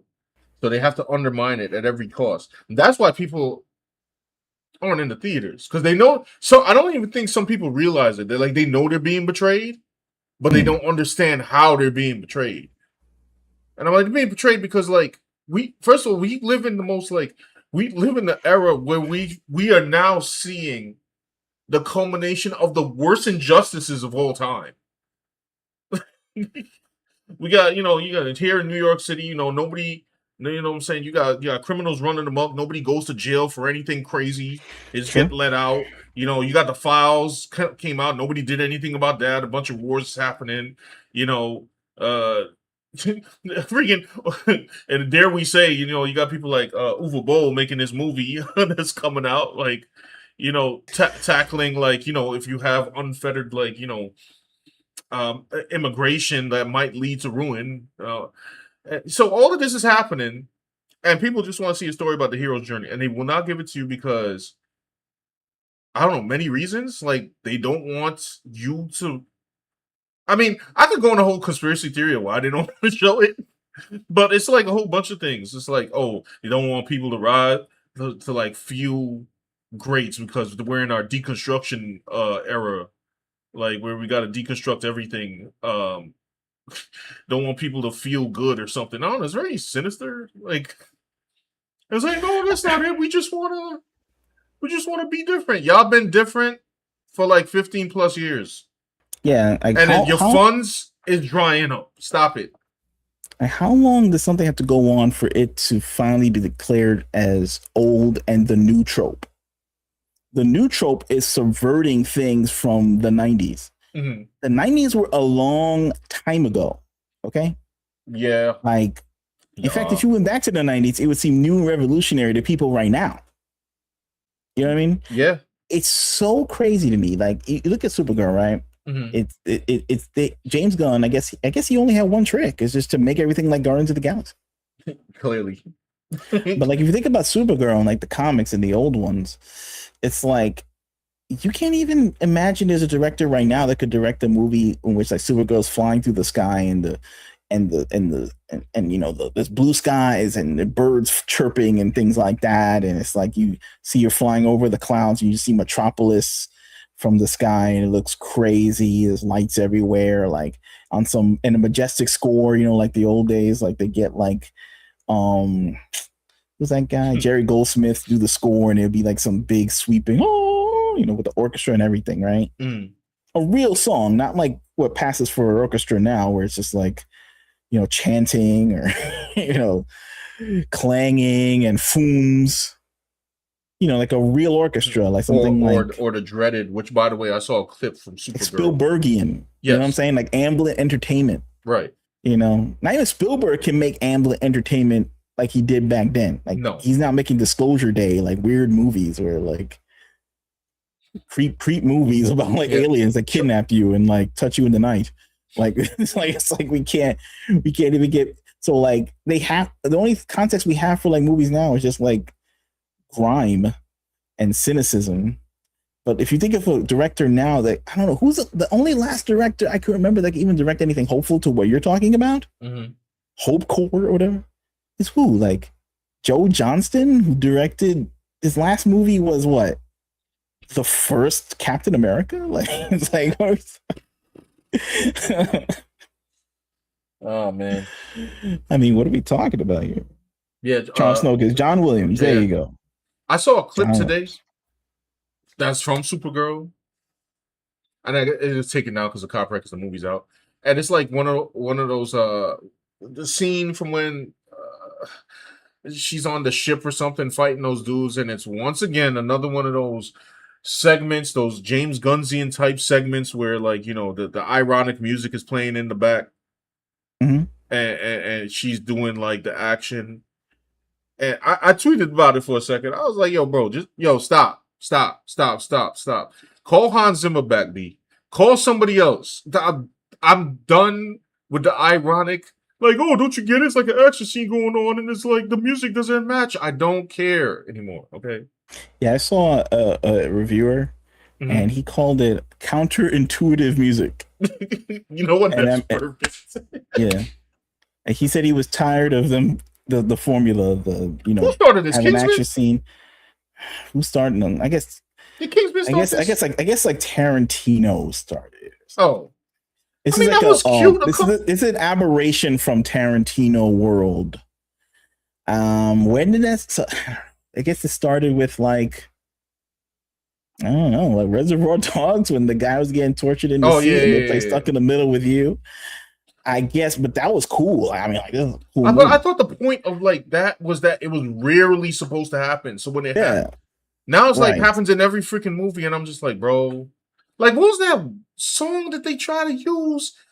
I didn't see the movie. Superman and freaking Terrific comes out, and they're playing this song in the background, and I'm like, brother, please stop. Like, stop, bro. Like, I don't care. I guess like the origins began from like Tarantino and Kill Bill, who play some song, and I don't know.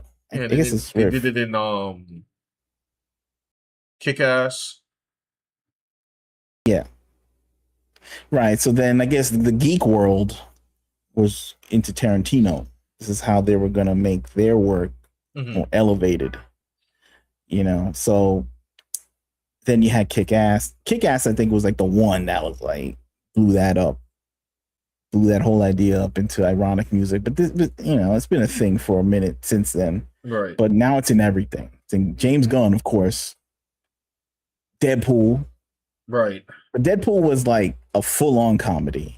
Yeah, at least Deadpool had an excuse. Like why do I need that in Supergirl?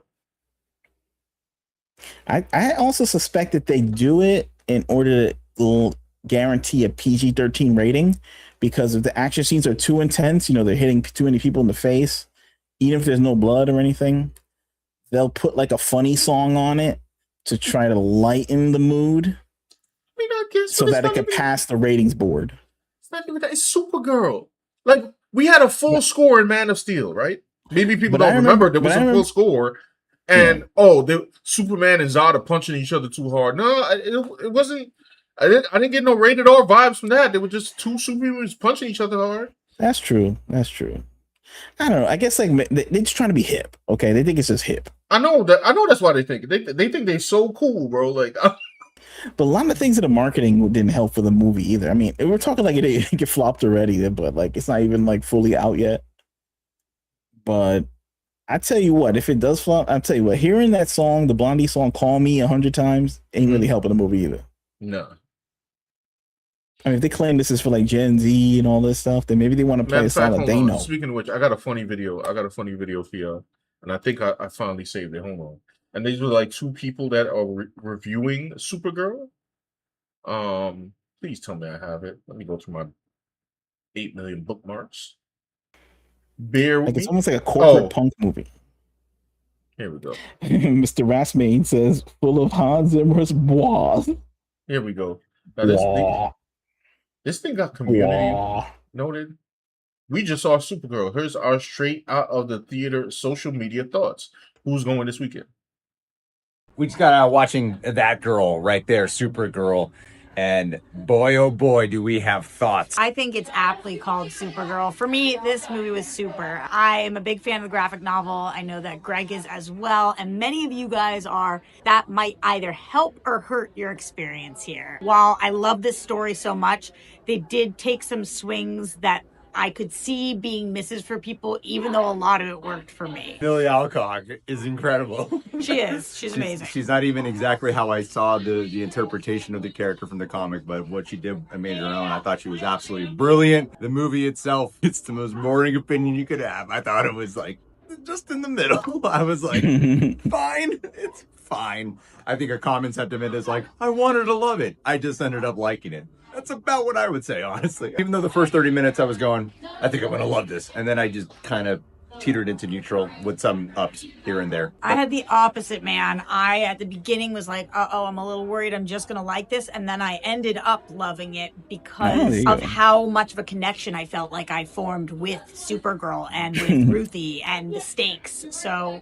because of all that, I am one of the people who loved it. But the vibe in the theater was so mixed, man. I'm really interested to see what the people think on this one. Oh, yes. I love the internet on female comic book movies. Oh, boy. Is this a Gillespie film or is this a Gunn film? Gillespie. Did you like the music? Yes. Did you think that this was worth seeing in theaters? Sure. We got a lot of butthurt DC Universe and Supergirl fanboys that really want us to like Supergirl, that really want us to like the main character, but we just don't. Okay? Sure. It was the last part that had me dying. I'm like, my man hit me with the sure. Now, somebody tried to community note this earlier. This is a legend because I don't know those two. I've never seen them before till now. And tried to say that they were actually confirmed to be paid chills. Now, I don't know if that's true. And I don't even really care to look it up. I just showed you that because I thought his sure at the end was hilarious. And I was like, all right. Mr. Rassmate says, I love it because she was a girl like me. Now, apparently Grace Randolph hated this joint, bro. Yeah, I saw him stream today. I don't really watch her. I watched Jeremy Johns. He was like, he basically gave it the like,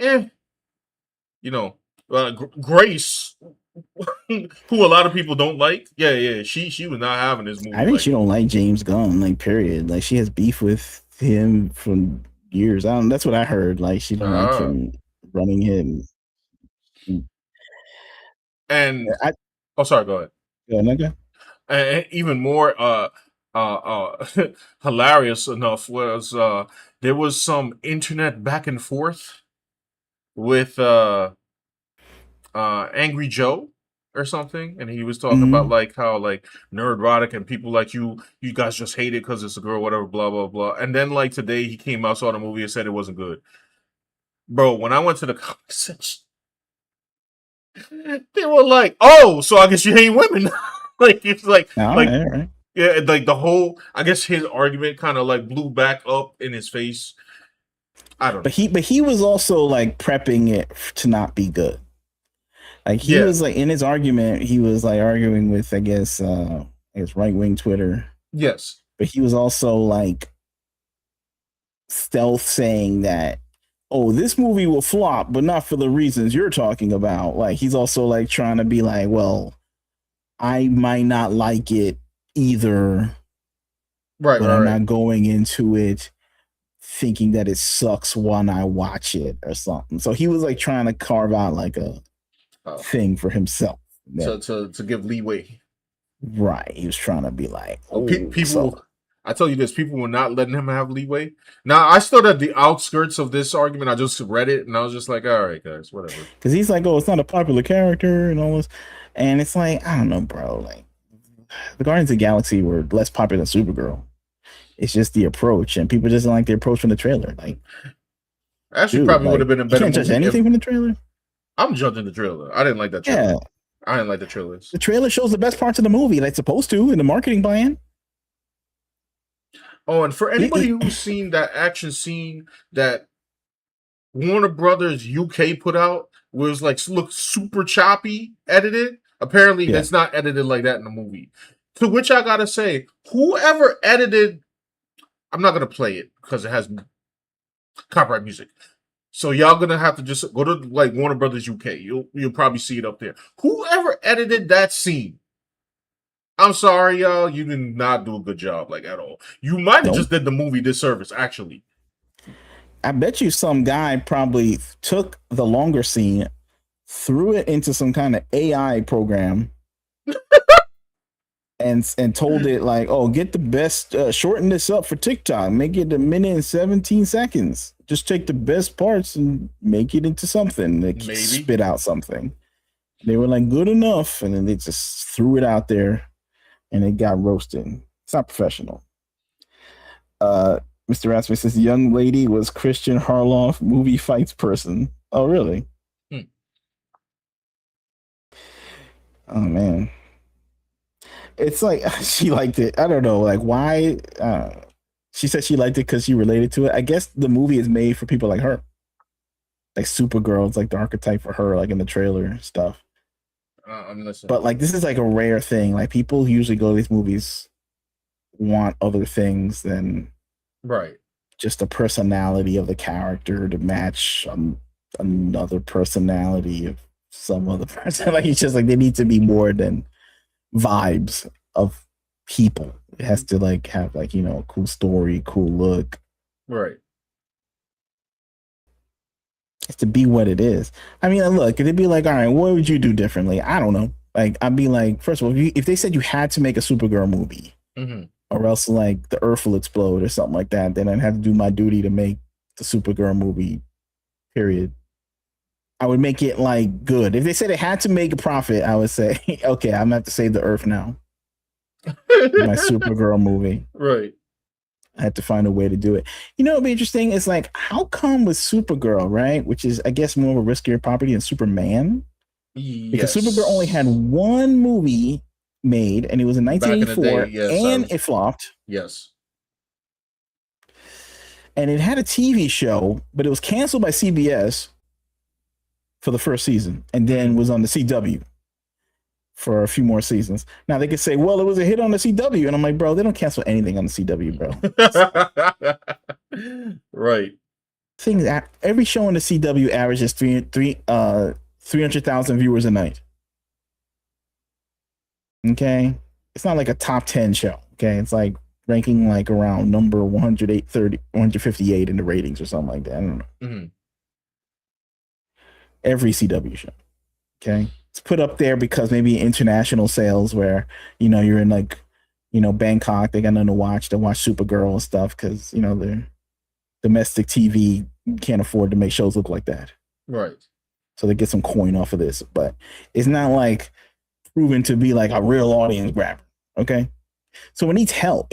So I'm surprised that James Gunn just didn't make Supergirl the unofficial Superman sequel to his movie. He should have had the Justice Gang in that movie with Supergirl. Yes. He should have had Metamorpho, you know, what, like he thought that Superman needed a lot of help out characters. It needed Crypto. It needed that's true. It needed all like the half of DC lineup or something like that was in right. That movie, just to bolster the entertainment value of his movie, because he was guaranteed like my movie ain't gonna bomb. I'll put every nerd thing in this movie.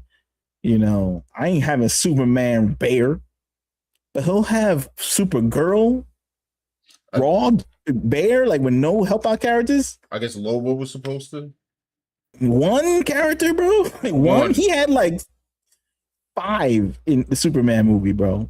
That is true. He had one, and it was set in Metropolis with all the other Superman characters: Jimmy Olsen, Perry White, Lois Lane. He had a romance in the Superman movie with Lois Lane. He is like Supergirl, no romance. None. So that cuts like a demo out from the female demographic that wants romantic movies. So they can't watch. They like can't relate to it. So they're not gonna watch it. Well, I think Millie. But as Superman, he better be making out with Lois Lane in the trailer. Do guys care about romance in their movies all the time? No, they care less about that. But he was like, nah, I want women to watch the movie. But like in the Supergirl movie, he wouldn't have that. So it was like he had like just his star. Even Wonder Woman. Right. It was just like, they were like, I ain't taking no chances with this. But in Supergirl, they just like, it's like putting somebody out to fight in a war without a helmet, without a gun, without boots, without like shin guards, anything, bro. Like just go out there and go unarmed. Go win World War II by yourself, but just push the dude out right there and like on D-Day, bro, like in his underwear. Gotta go fight all the Nazis by himself, bro. That's like Supergirl. It's like just go out there and go win the box office. Can I have a Justice Gang in my movie? Hell no. You're good enough. You Supergirl. He got it off the he thought Supergirl was going to he didn't think that Clark Kent was going to survive off the strength of himself, but thought Supergirl was. All right. Okay.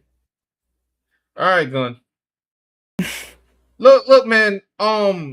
Who's this movie for? I don't know if James don't care. You know what I'm saying? When I heard about this, which somebody, by the way, got to explain to me that they're trying to do Jimmy Olsen movie and a Gorilla Grodd show. Excuse me. It's like Jimmy Olsen is facing off against Gorilla Grodd. I guess Gorilla Grodd is like, or he's like teaming up with Gorilla Grodd. Or is it two separate shows? Is that what the tweet was? I don't even know. I didn't understand it. Like, it sounded so absurd to me on face value that I did not care to research it. So that's why I'm asking. I'm speaking of this topic out of ignorance. I'm asking if somebody could let me know, is this a combined show or is this a team? Why would Gorilla... Even if it's separate, who the heck? I had this conversation with somebody and they were like, well, Gorilla Grodd is popular. They had him in Injustice. My brother, Injustice had 8 million other characters. Not Gorilla Grodd featured. Like, no. Who the heck wants to see Gorilla Grodd, bro? CD Presses had to make the Supergirl movie popular and tell people better say goodbye to everyone. He's talking like if you had to make the Supergirl movie or else the world will explode or something. Damn.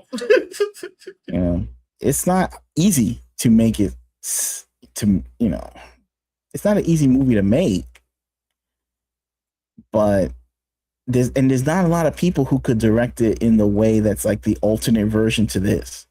Right. Like there's a lot of people who are qualified to make a movie looking like the one we have right now. Mm-hmm. If they wanted to make it like some kind of, traditional superhero thing, like from back in the old days, I don't know who could do it, bro. Like a lot of those people are either old, dead, or canceled. Yeah.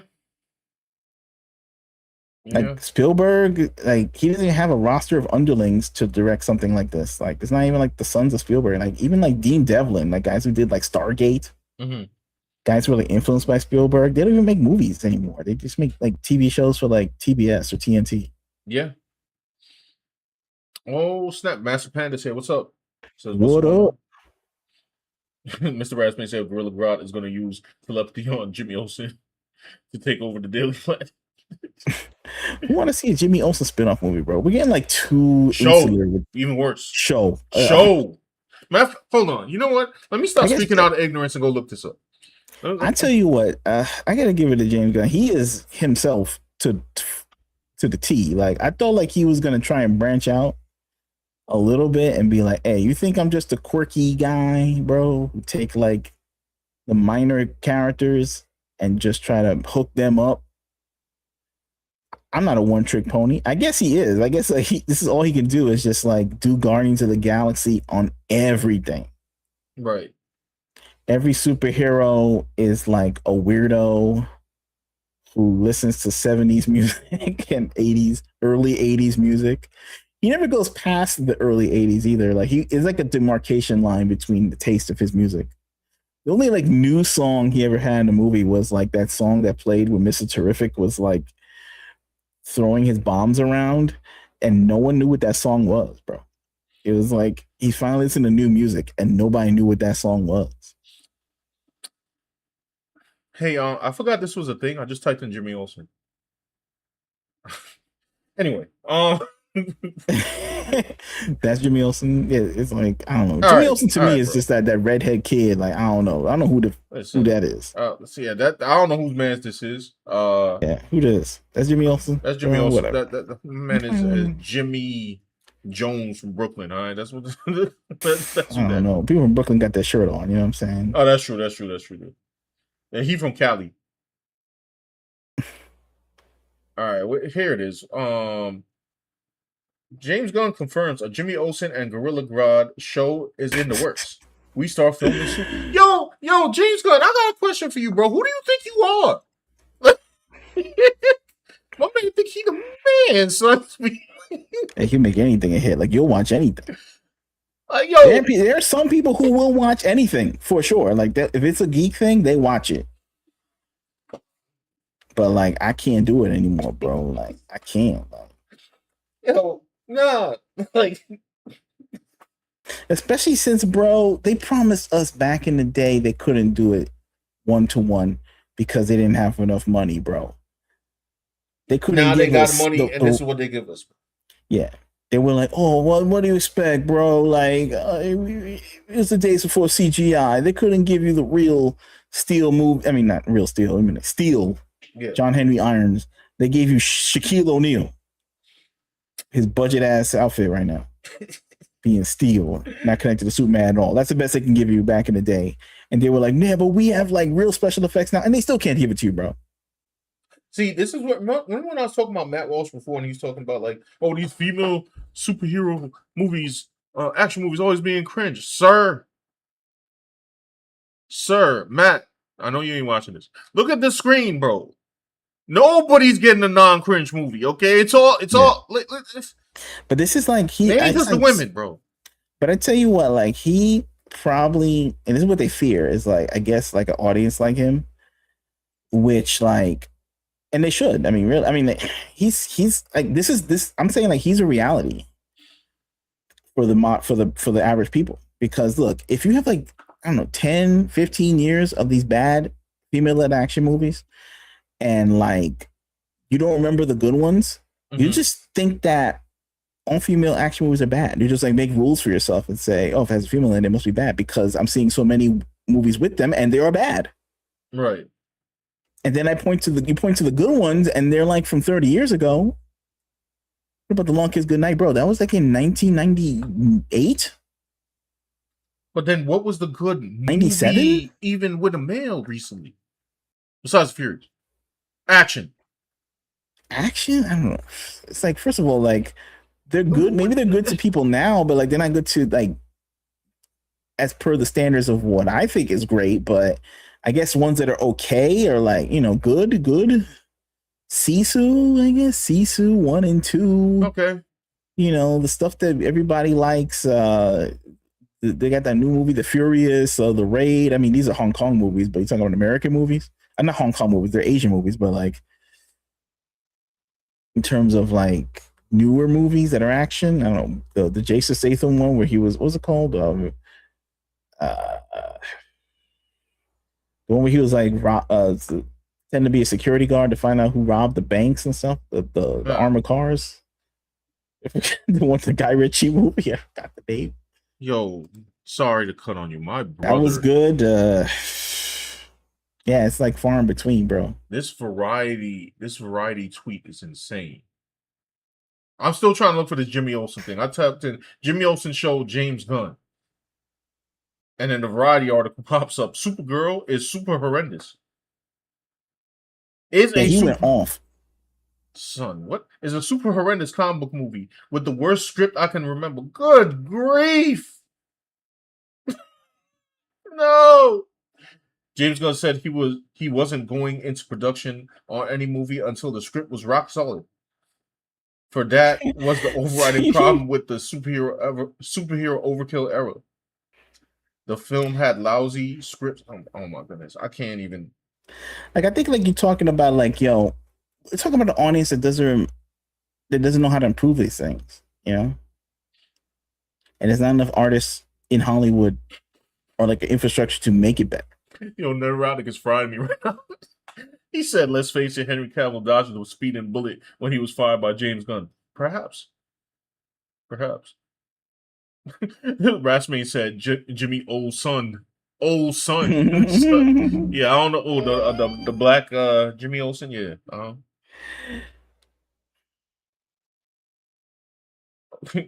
Jeremy Johns calls James Gunn on the incredible script for DC. Oh yeah, he was joking about the script. He's like, "This is supposed to be the incredible script." So I can't get any further information on the Jimmy Olsen Gorilla Grodd project. Nah, B, you hate money, sir. Like, that's it. Like, I know for a fact you hate money. That's my conclusion. To be quirky, and that's what they praised him for in Hollywood. Hollywood insider people, like people who work in Hollywood, I feel like they only like 3 comic book movies. For real. The rest they do is like slop for people or something. Like they really, but the ones they really engage with, slop on various levels. But like the ones they really love are Deadpool, Guardians of the Galaxy. I think those are the 2 that they love because it's, one makes fun of superhero stuff and it's good. They're funny movies. Fun movies, the Deadpool and Guardians, because it's like, they like James Gunn because he like gives people the superhero movies, but he also like is funny, so they can relate to it. That it's fun, right? Weird. They like that he's bringing weird sensibilities to the movies, bro. Well, I think he got a little too weird. Yeah, he's getting a little weird. Like, it's weird all the time. Like, he used to stand out because he was the weird one. There was like one guy and he was weird, and it was James Gunn. So he made him unique. But now he's in charge of the whole studio and he's making everything weird. Like, we didn't think that, I don't know. But that's what they wanted, That's what they wanted. Hey, listen, man. I can't I saw Guardians 3. I thought it was okay. I liked it. Yeah. I thought to see it, but yeah. Like, I don't think he's trash. I just think that he's in charge of a whole studio right now. He's here to quirkify the entire DCU, and I don't think it's going to work for every movie. I think he's like stretched thin right now. With some Gorilla Grodd. A Gorilla Grodd. Like, first of all, nobody want to watch a Gorilla Grodd show. It's like, bro, like, I know they're desperate for content, but it's like, even my boy who was trying to say like, "Oh, Gorilla Grodd's a popular character."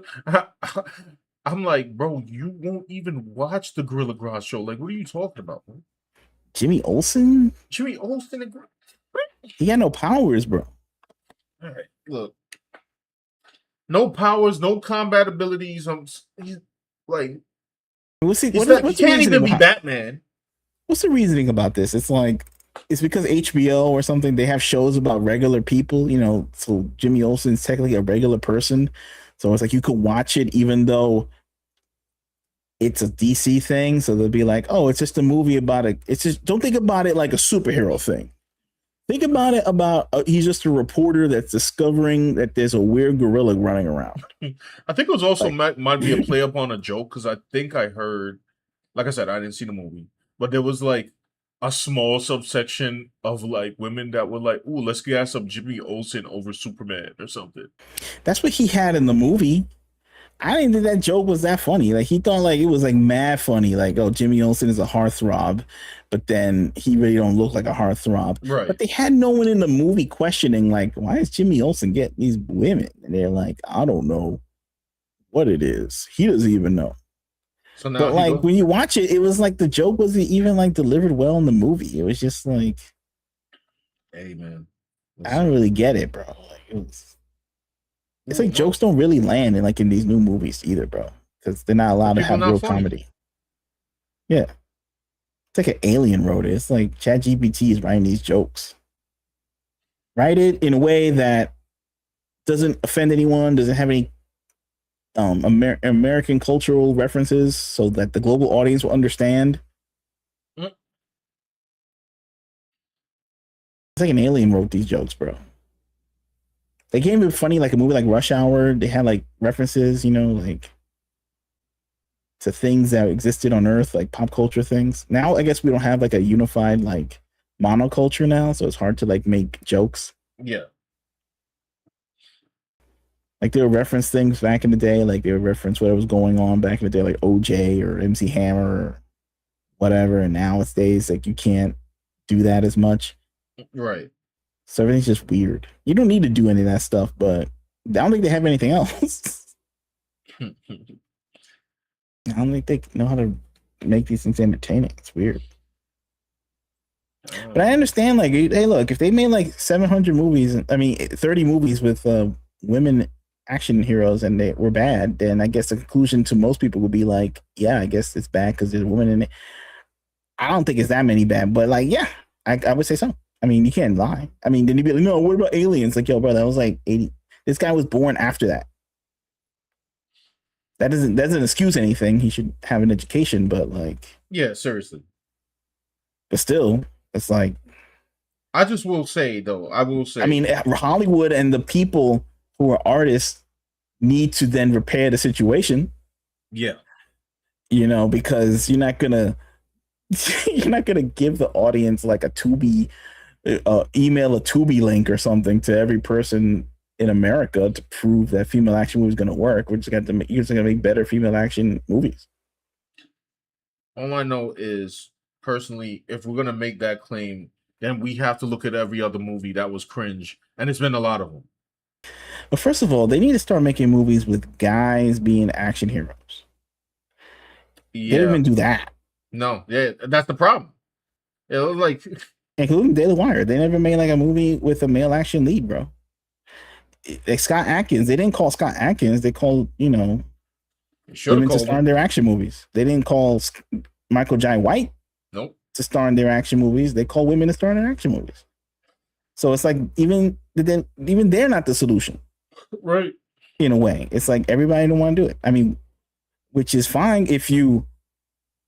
And they're the ones who say that they hate women in action movies, which I don't, but they do, and they're not even helping. Like, you know what I mean? That's very confusing. And they love MMA. The MMA is at the White House. There's so much MMA going on in the United States of America that it's crazy, bro. There are people beating each other in gyms across America at a level never seen before in humanity. But none of them can be in a movie. Really wire, bro. No one can be in a movie, period, bro. The only male action star is Armie Hammer right now doing Citizen Vigilante. That's the only one doing, and there's no action in it. I heard, but like I'm gonna still watch it anyway, see what's going on. Eventually, just to see what's going on. Mm-hmm. But seriously, bro, like this is what we got. I don't know, man. The thing is, people don't understand aesthetics. They don't watch anime. Okay. So if they don't watch anime, they don't know that you can make anything cool. Sakamoto Days. It's an old grocer. He's fighting people, bro. You have like a woman doing kung fu. They have to anime is women doing action, bro, and they get watched all the time. Yeah. But they don't have any tricks in America, bro. They film everything like it's a McDonald's commercial. like it's a Bob's Furniture ad, bro. Like it's a. I'm telling you, bro, these movies are filmed like the General commercial, bro. Come to the General, save some time. Ain't that right, Bumblebee? No, that's a fact. My hero. Got no style. Got no style in America, bro. None. You definitely ain't getting nothing filmed like Seven, okay? You ain't getting nothing filmed like Fight Club, bro. You know what I'm saying? You watch these old movies, bro. They're free on Tubi. They're free on YouTube, bro. I saw the Truman Show. They even making stuff like this. This is like a real movie, bro. You forget what movies were, son. Like I saw Beverly Hills Cop 4, right? Mm-hmm. And it's like, all right, it's better than Beverly Hills Cop 3 by default by not being Beverly Hills Cop 3. Right. And bringing everybody back that's alive. I mean, okay, you won on that level, bro. Mm. And like Beverly Hills Cop 3 was like ass for the time or something like that. But at least Beverly Hills Cop 3 was filmed on film. They can't film it on digital. So in a way, it's like it's still better than 3, but it ain't better than 2, and it ain't better than 1. Like it still looks like streaming movie. But that was the best they could do. Man, listen, but the best ain't good enough. If we getting stuff on the level of like a Hood Tubi movie, well, no, not a Hood Tubi. Okay. That's gonna be all movies soon, bro. We're like slowly descending into like Hood Tubi territory, bro. I can't do it. Yo, chill. Why can't people be part of the solution, bro? Why is Scott Adkins doing dope kung fu for free? Like in his own movie, bro. He's like gotta scrape the budget together. And nobody put him in an action. There's how you know action is freaking dead. How is he not in a big budget? You know what? Never mind. I'm too pissed to talk now. People don't know about John Woo talking about action movies, bro. They gotta let me know who John Woo is before they start talking about action movies. True. Bro. I need. Yo, we need to form a test, like an action test or something. People can say what they want on Twitter, yo, but like I don't know. I need to have an interview. Like, yo, have you seen Hardboiled? Yeah. Have you seen The Killer? Huh? Yeah, 2 guns like this, bro. Like going like this. That's cool. Like we need cool economics 101. Yeah. Maybe we don't know how to make a cool action movie, bro. We need to start the action movie tutorial. Like, you know what I'm saying? Like yo, it's so bad we didn't understand that Evie was cool. We didn't understand that Evie was cool. She does not have a boy haircut. She's not a boy, right? Oh my gosh, bro. We don't understand that Sicario is not an action movie, okay? It's not an action movie. Hold on. Yo, Matt. Why are we listening to Sicario, bro? Like, do we not understand what a thriller is? That's a thriller. That's a crime thriller. It's not an action. It has some action. My man saw a gun in it and he said, yo, nah. I thought these were supposed to be like the most intelligent people, like on in the political sphere, out here calling Sicario an action film. Goodfellas is not an action movie. So some guy got shot in the movie. We got to talk about what an action movie is, bro. Oh. Rambo is an action movie, okay? Right. All of them. All right. Oh. The Beekeeper is an action movie. You know what I'm saying? I mean, by the standards of action we have now, but it's definitely an action movie. It classifies as an action movie. It's a 3-act structure filled with action. Right. They even know, bro. I gotta go teach them. What do they think is action movie? Did they think Fight Club is an action movie? Yeah, they think Fight Club is an action movie, bro. Fight Club is a drama, okay? It's a very strange drama that has violence in it. And it's a great movie, but it's not an action movie, okay? It has some action parts. It's like you have to start the tutorial from that. What is an action movie and what is not an action movie? Yes. I can't believe we have to have this conversation in America. Like, I can't believe, like, we are so... Arnold Schwarzenegger, Eraser is an action movie, okay?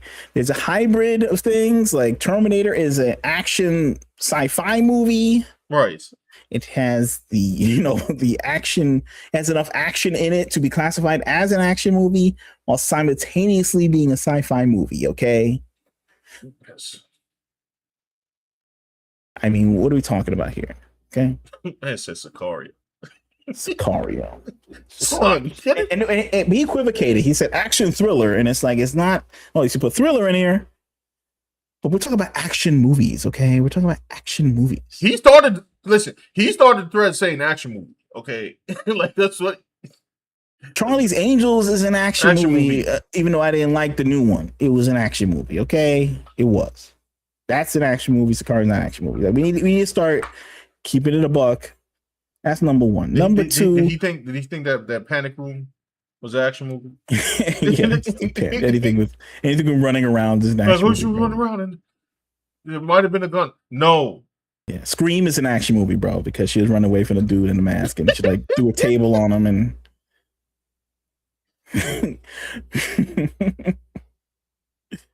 I'm just saying. Jet Li movies are action movies, okay? Yes. Like. John Wick is an action movie. They need a modern example. The Raid. All right. Yeah. The Furious. Action movie. We need to start making some action movies. That's a problem. Like America has started making some action movies. The fact that I can remember the action movies by the drought in between the movies is crazy. Like, we used to be drowning in them back in the day. Yeah. Now they won't make them. Anyway, we'll go to the chat. It says, The Furious was cool. Walking is an action. Mr. Raspade says, yeah, walking is an action. Yeah, walking. He was walking like, oh, snap, that's an action movie. I think that female-led action. And I'm like, that's not an action movie. CD Price says, Hood Tubi actors do it for the love of the game. Do not respect the Hood Tubi movies.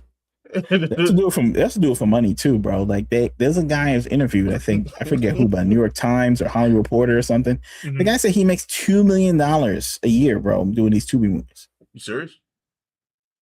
Sheesh. Or he's made $2 million in total. Either way, like the guy's a millionaire making these Hood Tubi movies. Good grief, bro. Churning them out, you know. Good. You know, Hood Love and you know, I Shot the Plug, you know, these movies, whatever movie's out, right? Right. Hood Slop, whatever it is. Hood Slop. He's making a living.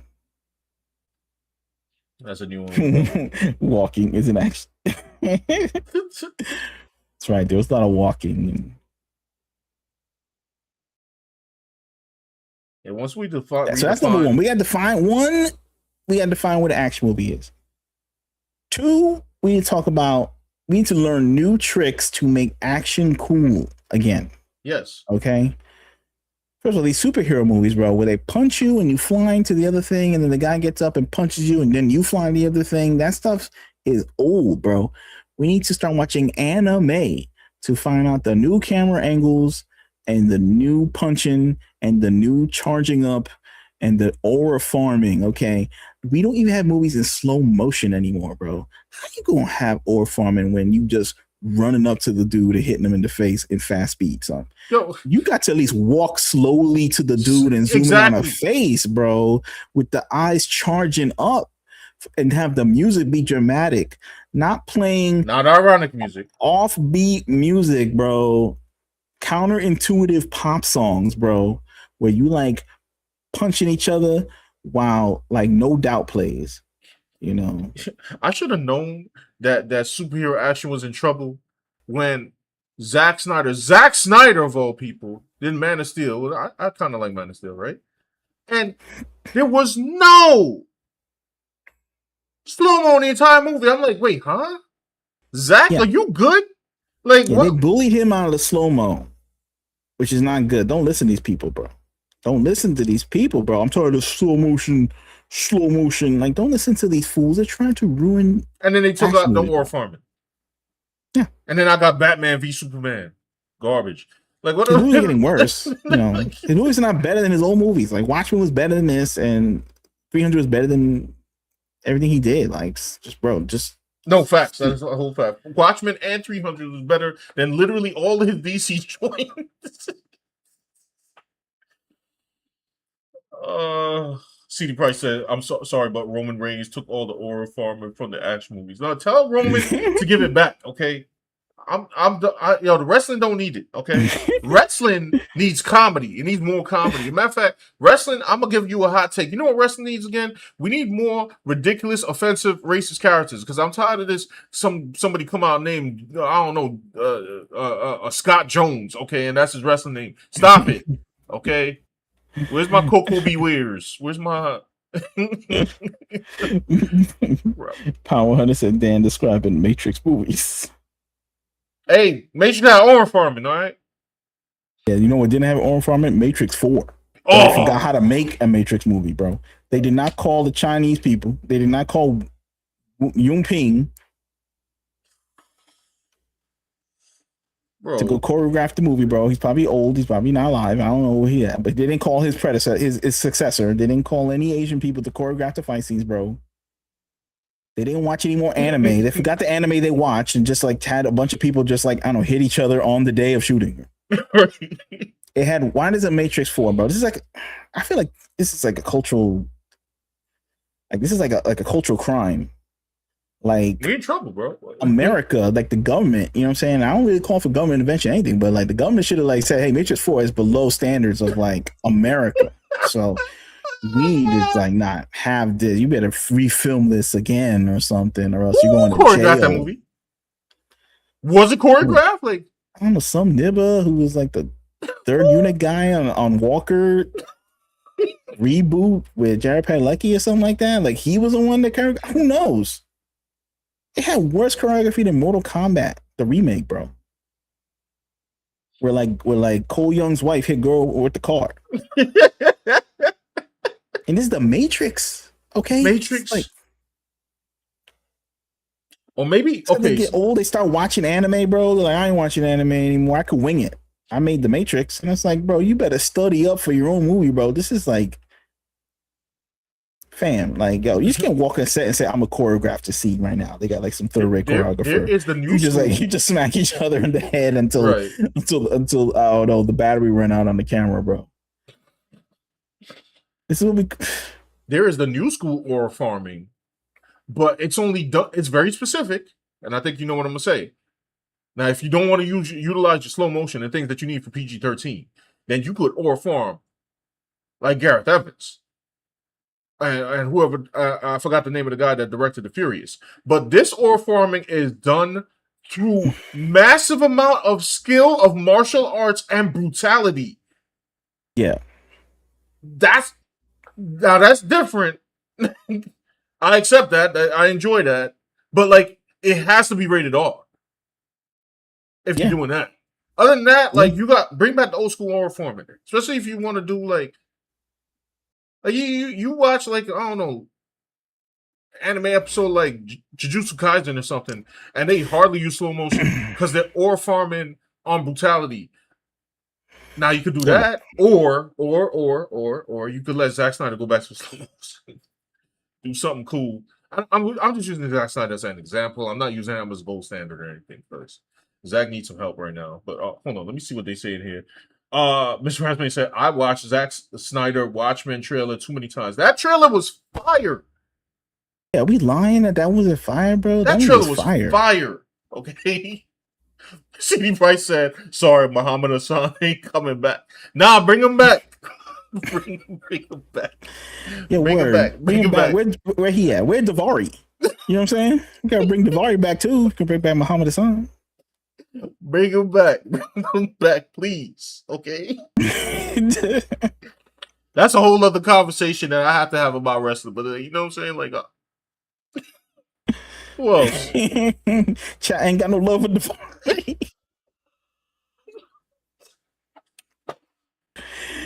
Oh man, yo, that was a wild character, bro.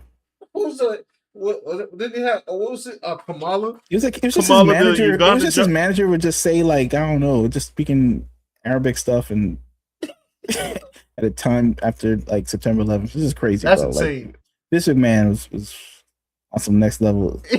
He was bugging, bro. Madness, bro. Kamala, the Ugandan giant. Was that his name? The other dude. Yeah, bring that back. Bring back all the offensive characters. Yes, bro. All of them. Bring all of them. But Akeem, the African Dream, was just a white guy. Never happened. Big Boss Man. I'm trying to remember all these. I don't know. I feel like low budget people, maybe they should just be offensive, bro. Just be like, yo, the rent's due. I gotta pay it in 5 days. Let me just make the most. That's what Uwe Boll did. He was like, look, rent's due. Yep. I gotta make the most offensive thing to get attention. The Daily Wire won't make a movie with a man in it. So I'm gonna make Citizen Vigilante in 4 days. And now look at him. Elon Musk retweeted the movie, bro. That's insane, bro. Uwe Boll uploaded this movie, bro, where Armie Hammer like eventually kills migrants. I don't know, he's just like, oh, right, migrants. Let's just make the most offensive movie where he kills all the migrants. So I don't know what the movie's about. I haven't seen it. But apparently, like, Elon Musk says, good enough for me, and just retweeted the thing, bro. Right. Now his rent's paid, bro. He didn't retweet like the Daily Wire movies, I tell you that. He retweeted that. So maybe, like, I don't know. People just need to be like super offensive when you make money. Maybe like traditional film people they want to stay in the lane of playing it in the safe zone or something like that, they could play because they don't need the money, bro. They paid by like the government or something, like secret money or like selling some stock or something, or like 800 Bitcoin, or I don't know. They could just endlessly make the stuff they want to make. But like people who need the dough, maybe they got to go crazy. Maybe that's the lesson that society's trying to teach us right now. You know, I don't know if I'll be doing on that, but you never know. Like, Team USA tied Turkey. Oh, the Team USA lost in the last seconds. Damn, bro. That was like, what an update. That was like literally like 0.2 seconds between both of those posts, bro.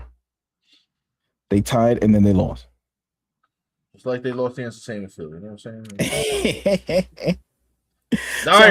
We got to teach people what an action movie is. Yep. We got to find every cool trick from around the world to make action cool. Mm-hmm. And then we got to start making movies again. We got to find people who, I guess, are photogenic, who know how to do action and make them into the new action stars. Maybe that's a third rule. Like the fourth, I don't know. One of the rules got to be they're photogenic too. Yeah. Yeah, I don't want to see no dudes that look like me in an action movie. I mean, get some, do something. Yeah. People saw like, I mean, there are movies that with, I guess, women that made money, right? The Resident Evil movies made money. I mean, I don't endorse their messing of the lore, but they watched it because she was photogenic and she knew how to do action. That is true. Tomb Raider. He attempted to ore farm. It was failed ore farming. But he tried it. He tried. Messy scripts and lore breaking. Whatever. Mila Jovovich was not sloppy looking. No. And she did the action. And Underworld, they made like 5 of these things, bro. Like, yeah, Underworld. I thought Underworld one was the cool. First one. The first one was cool. The second one's all right. I didn't see the third one, and the rest of them after that, whatever. Yeah, they were like as good as in the order they came out. It was like descending after that. But it had Kate Beckinsale in the outfit doing the martial arts, bro. Had the guns, big guns, shooting people. 2 guns, by the way, because 2 guns are cooler than 1 gun. Yes. Try 1 gun. You can try all the things on hard mode all you want, bro. I mean, I know John Wick did that, and that's cool for them. I prefer to. I like John Wick. I'm just saying, like, preference. Yeah, they're trying to invent a new thing, but it's like, I also go with 2. It'll save you, it's guaranteed cool points. You have a son and a gun. A sword and a gun make you cool because now you like Dante. Right, yeah. I don't know, anyway. Remember Jack Bauer had 2 guns like 1 time, bro. Power Hunter said they never will. Sean as Blade reboot was a fumble. I don't want to talk about Blade. That's another reason they couldn't. Blade. Listen, there's certain things in life that will get me to crash out. You want to see me crash out? Yo, mess up Devil May Cry and mess up Blade. You know what I'm saying? Like, low key, they can't even make like an action franchise for dudes, bro. Like, we're talking about women. They can't even make action franchises for dudes, bro. Right. And that's right. That's what I was trying to say before. When Matt, the superheroes don't. I'm not talking about superheroes. I'm talking like action movies. Yep. But even superheroes. I mean, look, these new superhero movies are kind of whack. The new Daredevil season was whack. They didn't even have action in it. It's just about this stupid reporter, like, trying to like bring the Kingpin down with her TikToks. I'm just like, about. Wait, you saw the second season? No, I saw enough of the first one. I noped out. Oh. I was just like, I'm done with this. And they're like, why are you done with it, yo? In the 7th episode, it gets really good. It's like, yo, bro. They only got like 10 episodes of this. Maybe one day I will sit down and watch. I'm so marveled out. Whatever. Never mind. I'm making no promises. Power said The Crow had no flow. We're not talking about The Crow reboot. That don't exist. Rasmus said don't make Sean crash out. He gonna crash out. Like you talking about Blade and Blade and The Crow. Those are two. That's the other thing. So yeah, Devil May Cry, The Crow, and Blade crash out. Instant crash out, bro. Like I can't. Yeah, bro. Look, The Crow is sad, bro. That was just sad, bro. You know why? Because there's no more. I don't know. We lost cool, bro. We lost what was cool, bro. The only reason they can make The Crow cool in the 90s is because we had MTV music videos. We had hard music. Mm-hmm. We had music that was scary on the top 10 charts, bro. It wasn't like now we're like, oh, they still make dark industrial alternative music. You just have to go to Spotify and see some playlist, and it's it's got a cumulative of a million views. There's still music being made out there for you. You just have to find it. Back in the day, you had to find nothing. It was just there, bro. Yeah. I mean, I could have told them to use Health. Yeah. Yeah, you could use Health, bro, but like Billboard charts, bro. Like it was Billboard charts, 9 Inch Nails. #1 album in America, okay? In America. All right. I don't know, man. The Downward Spiral, one of the darkest albums made, like was in every suburban household in America, bro. Grandma sweeping up in the house and grandson's got it like in the you know what I'm saying? Blasting right now, okay? So it was easy to come up with a Crow movie. It's like, oh, okay, I'll just get this guy, that guy. Yeah, they're very popular. It'll sell. Now it's like, oh, what's cool? Let me go to the top 10 charts. And it's just like country music, Taylor Swift. Who they put in the trailer again? What? They had a director who's like, I don't really like music. I don't even listen to music. It's like, you don't listen to music, you can't be directing The Crow. The original Crow was directed by a music video director, okay? Who turned out to be like a real director later. I guess he was always a real director. Right. His name was Alex Proyas, and he couldn't get work. Meanwhile, this dude got work making a bad Crow movie. He couldn't do action because they don't make action movies anymore. But you saw the movie, right? The Crow? No. The remake? I saw the trailer. The remake? No. Oh, okay. I just know that trailer was terrible. Nobody said it was good. Today, if you try like even one iota more than bad, they'll say you're great. So it must be terrible. Mr. Rasmus says, Granny's humming. You let me desecrate you. I don't know, man. I gotta get out of here soon. Actually, I gotta get out of here now. What did we learn today? Okay. We learned nothing. All I know is that I know the topic mainly was, between Stella Blade Evie, where people having problems with her for some reason, on one side, at both sides and the other. Okay, and I don't understand it. And then you have the whole Supergirl, Matt Walsh thing, and then the whole discourse of Supergirl themselves. All I know, the summary is we've lost track of what is cool. America, the West, has lost track of what is cool. Clearly, the East has not. We have lost track. All we do is put ironic songs in movies to basic action scenes that have no impact. And say, come watch me. No. Well, you can't just off the trailer. I just did. People begging for Zack Snyder to come back. Because they were like, well, at least he was taking it seriously. But I don't know. He could do action. I'll give him that. I didn't like Batman v Superman. I didn't like his version of Justice League. But he could do action. I'll get the boy that. But he's really just running off of the fumes of what action is in nowadays, bro. If there were other people doing action cool, his movies would be cooler and better. Yeah. I don't know. I mean, everybody has their own opinion, bro. Like, I think action movies shouldn't be like too 2.5 hours. Okay, like this is just crazy. Like He-Man can't be 2.5 hours. Okay, like it's just ridiculous. Like, people ain't got you gotta have action, bro. That's cool, and you can't have like 2.5 hours worth of it unless you're like the Raid 2. Right, exactly. Also, maybe America, they're afraid to like get, they're like pampered, so like they're not gonna fight each other because like they're afraid they're gonna sue each other and all this. And like wherever they film these other movies, like Malaysia, they don't care, bro. They do not. They definitely don't care. They just hit the stuntman and be like, "Wow, they look realistic. How'd they do that?" And it's like, "Oh no, we threw that guy out the window."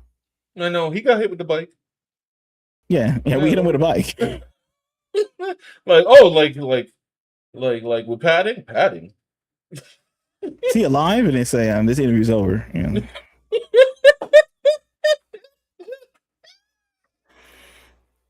That's why when Jackie Chan came over here, he was just like, "Yeah, I'm gonna do my own stunts."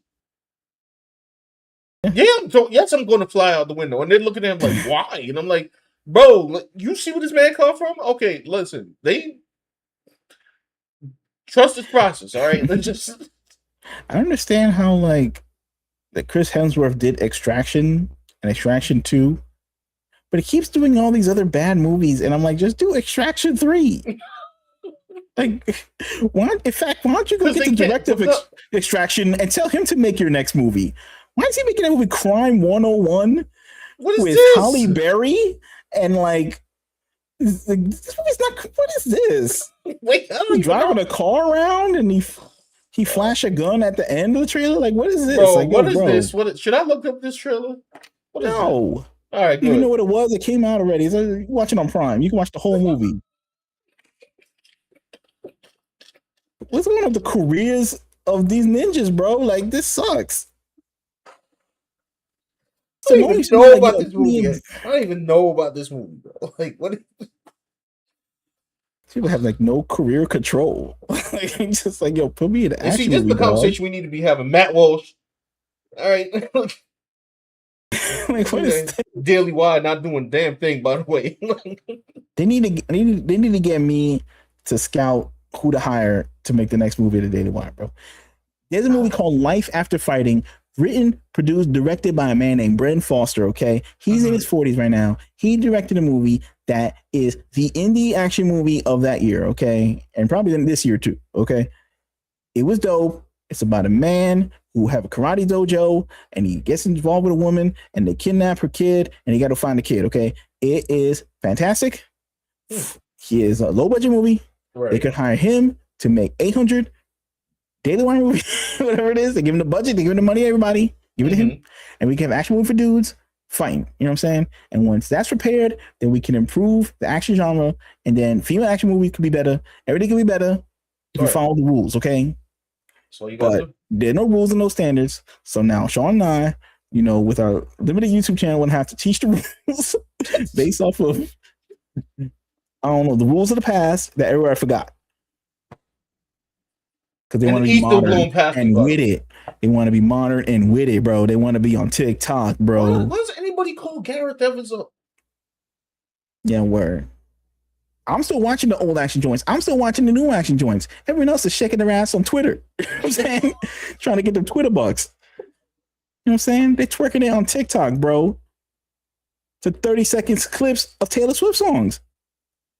Dudes, ninjas, bro. Like real live grown men. Filming the camera like this, bro. Trying to shake that money maker. Oh my god, I need the access token in order to get a TikTok account so I can shake my ass. How's that dude gonna direct the next action movie, bro? Was that the training ground to direct the new jump kick that people need to see in an action movie, bro? How's that gonna make testosterone back, bro? Yo, that's why the West is not a serious place, bro. Like, we not a serious place, bro. You're gonna be inspired to watch an action. Listen to the music people listening, bro. They got grown men listening to what their 14-year-old daughter be listening to, bro. Facts. Oh, how these girl dads gonna be doing like action movies, bro? Like, you guys listen to their music, bro, in the car. No. No, you're right. We gonna have to clip that. That was hilarious. I'm just saying, look, the problem come from within. Okay, well, you are what you eat, you are what you digest. You know what I'm saying? I don't need people know who John Woo is. I don't need these people know who Brent Foster is. I don't need people know who Scott Adkins is. I don't need people who watch the Asian joints. They talk about female action joints. Not good. They didn't see Matt Walsh, do you know who Scott Adkins is? I watch action movies on the daily, bro. I watch action anything. I watch action cartoons. Right. You know what I'm saying? They think America ran out of tricks, bro, and it's just time to make, like, I don't know, documentaries and podcasts. And I'm like, I don't think so, bro. You just got the sauce. Alpha Protus here. What's up? Daily Wire's biggest mistake is not hiding their movies are made by the Daily Wire. They always should have had a separate imprint. Yeah. So they had to raw dog their whole operation based on their politics, which was going to get people to be like, I don't want to look at this. But if their movies were dope, then that would have brought them into their politics. Yeah. But I don't know. They didn't follow their own rules. Like, they have podcasts where they make fun of people for being fat and, making female action movies. And then they made like female action movies. It's like, what can I say? Like, practice what you preach or something, or like make an action movie. How about that? Like, talk about they don't want dudes to watch movies, and then they didn't make any movie with a dude and they're doing action. Like, I don't know what to say, bro. Like, got the audacity to be talking about. It's like if I was a vegetarian, I said, yo, I'm tired of people eating meat, bro, and then I opened up a KFC. Basically. That's why I didn't understand Matt Walsh's tweet. I'm like, sir, what are we talking about? It was off-brand for what they about. Like, but it's like, yo, but you could change everything right now, bro. People be like, no hope for nobody, no hope for anything. I'd be like, all right, bro, no, it's just, bro, just call the people I told you. Call a dude named Brent Foster, tell him I'm giving you $10 million to make a movie, bro. And he'd be like, thank you, bro. BRENFOSTER. You know what I'm saying? But then again, you got to watch all the action movies to know. Yeah. You just can't be like, oh, I want Denis Villeneuve, who directed Sicario, to make my action movie. And it's like, if that's the only director bro, then get out the movie business, bro. Like, I mean, like, all you know is like top line directors, and then like some dude you met on Twitter. It's just like, bro, like, it's just over, bro. Like, we're already cooked because he thinks Sicario's action movie. Yeah. Well, we gotta have action fans to direct his action movies. You gotta step up from the fandom and get into like the actual thing. Yeah. Alpha Proto said they need an alternate name for their movies, similar to Disney's PG-13 and R-rated films were made by Touchstone Pictures. Yeah, that would help. Mm-hmm. That could be the rebrand. Like when they rebrand to make like, action movies, like they should. Yeah. They should do it like have an action name, like, fun name. Alpha Proto said, did you see the trailer for the movie Paper Made? It's a action movie featuring Michael Jai White, Timac, and Walter Jones. I saw the. I did not see the trailer for that. I'll have to look that up. I'm aware of it. I haven't seen the trailer yet. I'll check it out. Maybe I did see the trailer. I saw did I see the trailer? I'll check it out. Yeah, I'm glad Timac is here. I mean, Timac from The Last Dragon. Is that you talking about? Sheesh. That dude should have been in action movies for years, bro. After The Last Dragon. Facts. What happened to Timac? Actually, I do know what happened to Timac. Now that I think about it, because I saw a Viking Samurai interview with him. They said they tried to G him, they jerk him off, jerk him around. You're right. That'd be another movie. That'd be a Diddy movie. They didn't want to pay him as much. They want to pay him the same as the first one. He walked out, and maybe he shouldn't have walked out. He should have just did the original movie. Oh man, it looks super cheap, but the cast is impressive. I think I might have did see that trailer. I remember Walter Jones was in it. I didn't remember Timac being in it. Right. Yeah, brother says, "Say what?" Yeah. Yeah, where he was at a Diddy party. Hollywood he was getting again. active. No, he was not. Man, I don't know what to tell you. Hollywood does too. It could have went that way too, depending on how Hollywood be doing. You know how they be doing. You seen them files? I don't know what Hollywood be doing out here, bro. Wildin'. Anyway, y'all, I do gotta run up out of here for real. Boy, gotta wake up early.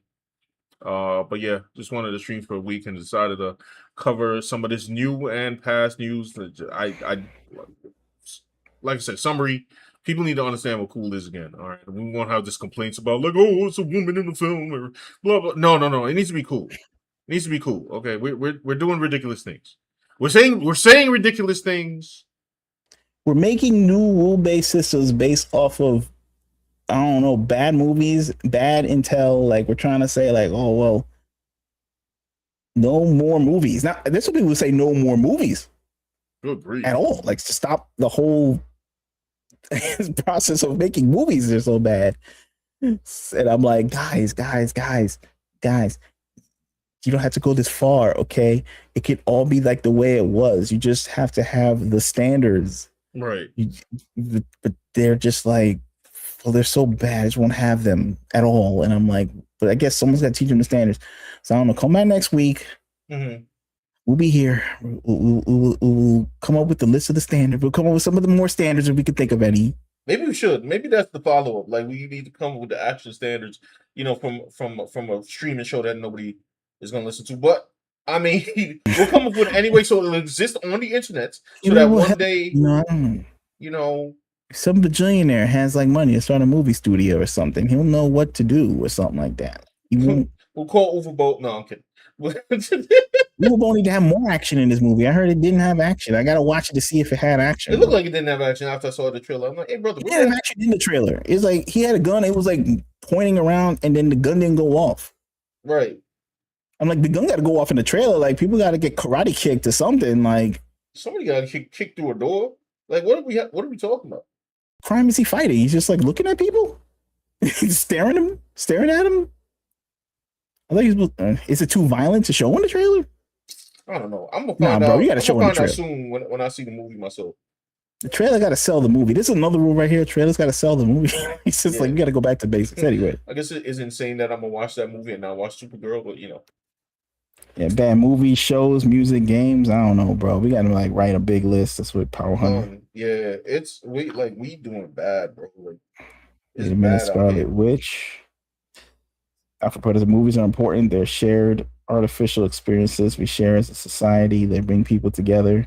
Yeah. So Sean and I will bring people together when we figure out the list of what is cool, what is an action movie. Action. I was trying to draw action right here. Who to hire for your movie company, apparently. You tell people that. And what to put in the trailer to sell a movie, bro. Yep. Because I'll watch any junk, bro. But Citizens Vigilante did not have action in the trailer. It's like, you only have one rule. He's a vigilante. He did shoot the bad guys. He did not shoot the bad guys. Now I'm confused. You don't want me confused. You want me just buying stuff. Just because? You want me buying that your project exists? Yeah, but the money will come out the wallet unless you show me the shooting in the trailer, bro. Like, you gotta show me he kicked some guy through a window or something, like a regular movie, bro. There's like a checklist of things you need. Or else I start like thinking like I'm getting ripped off. Right. Anyway, y'all. It's like having a burger with no burger in it, like just two buns slapped together or something. Anyway, time to go. Yeah. We'll see you next week, where I guess we may pick up this topic. Yeah, it'll be a new brand going forward. Like, it's gonna fix the West, fix America, fix make American entertainment great again. I don't know. Mega, make entertainment mega. I'll make the hats. No. Terrible hat. No. Yeah, terrible acronym. Yeah, we'll think of something better. Yeah. All right, y'all. Everybody have a good weekend. Stay safe. Don't get caught in any Knicks riots or something. You know. Anyway, y'all. Peace.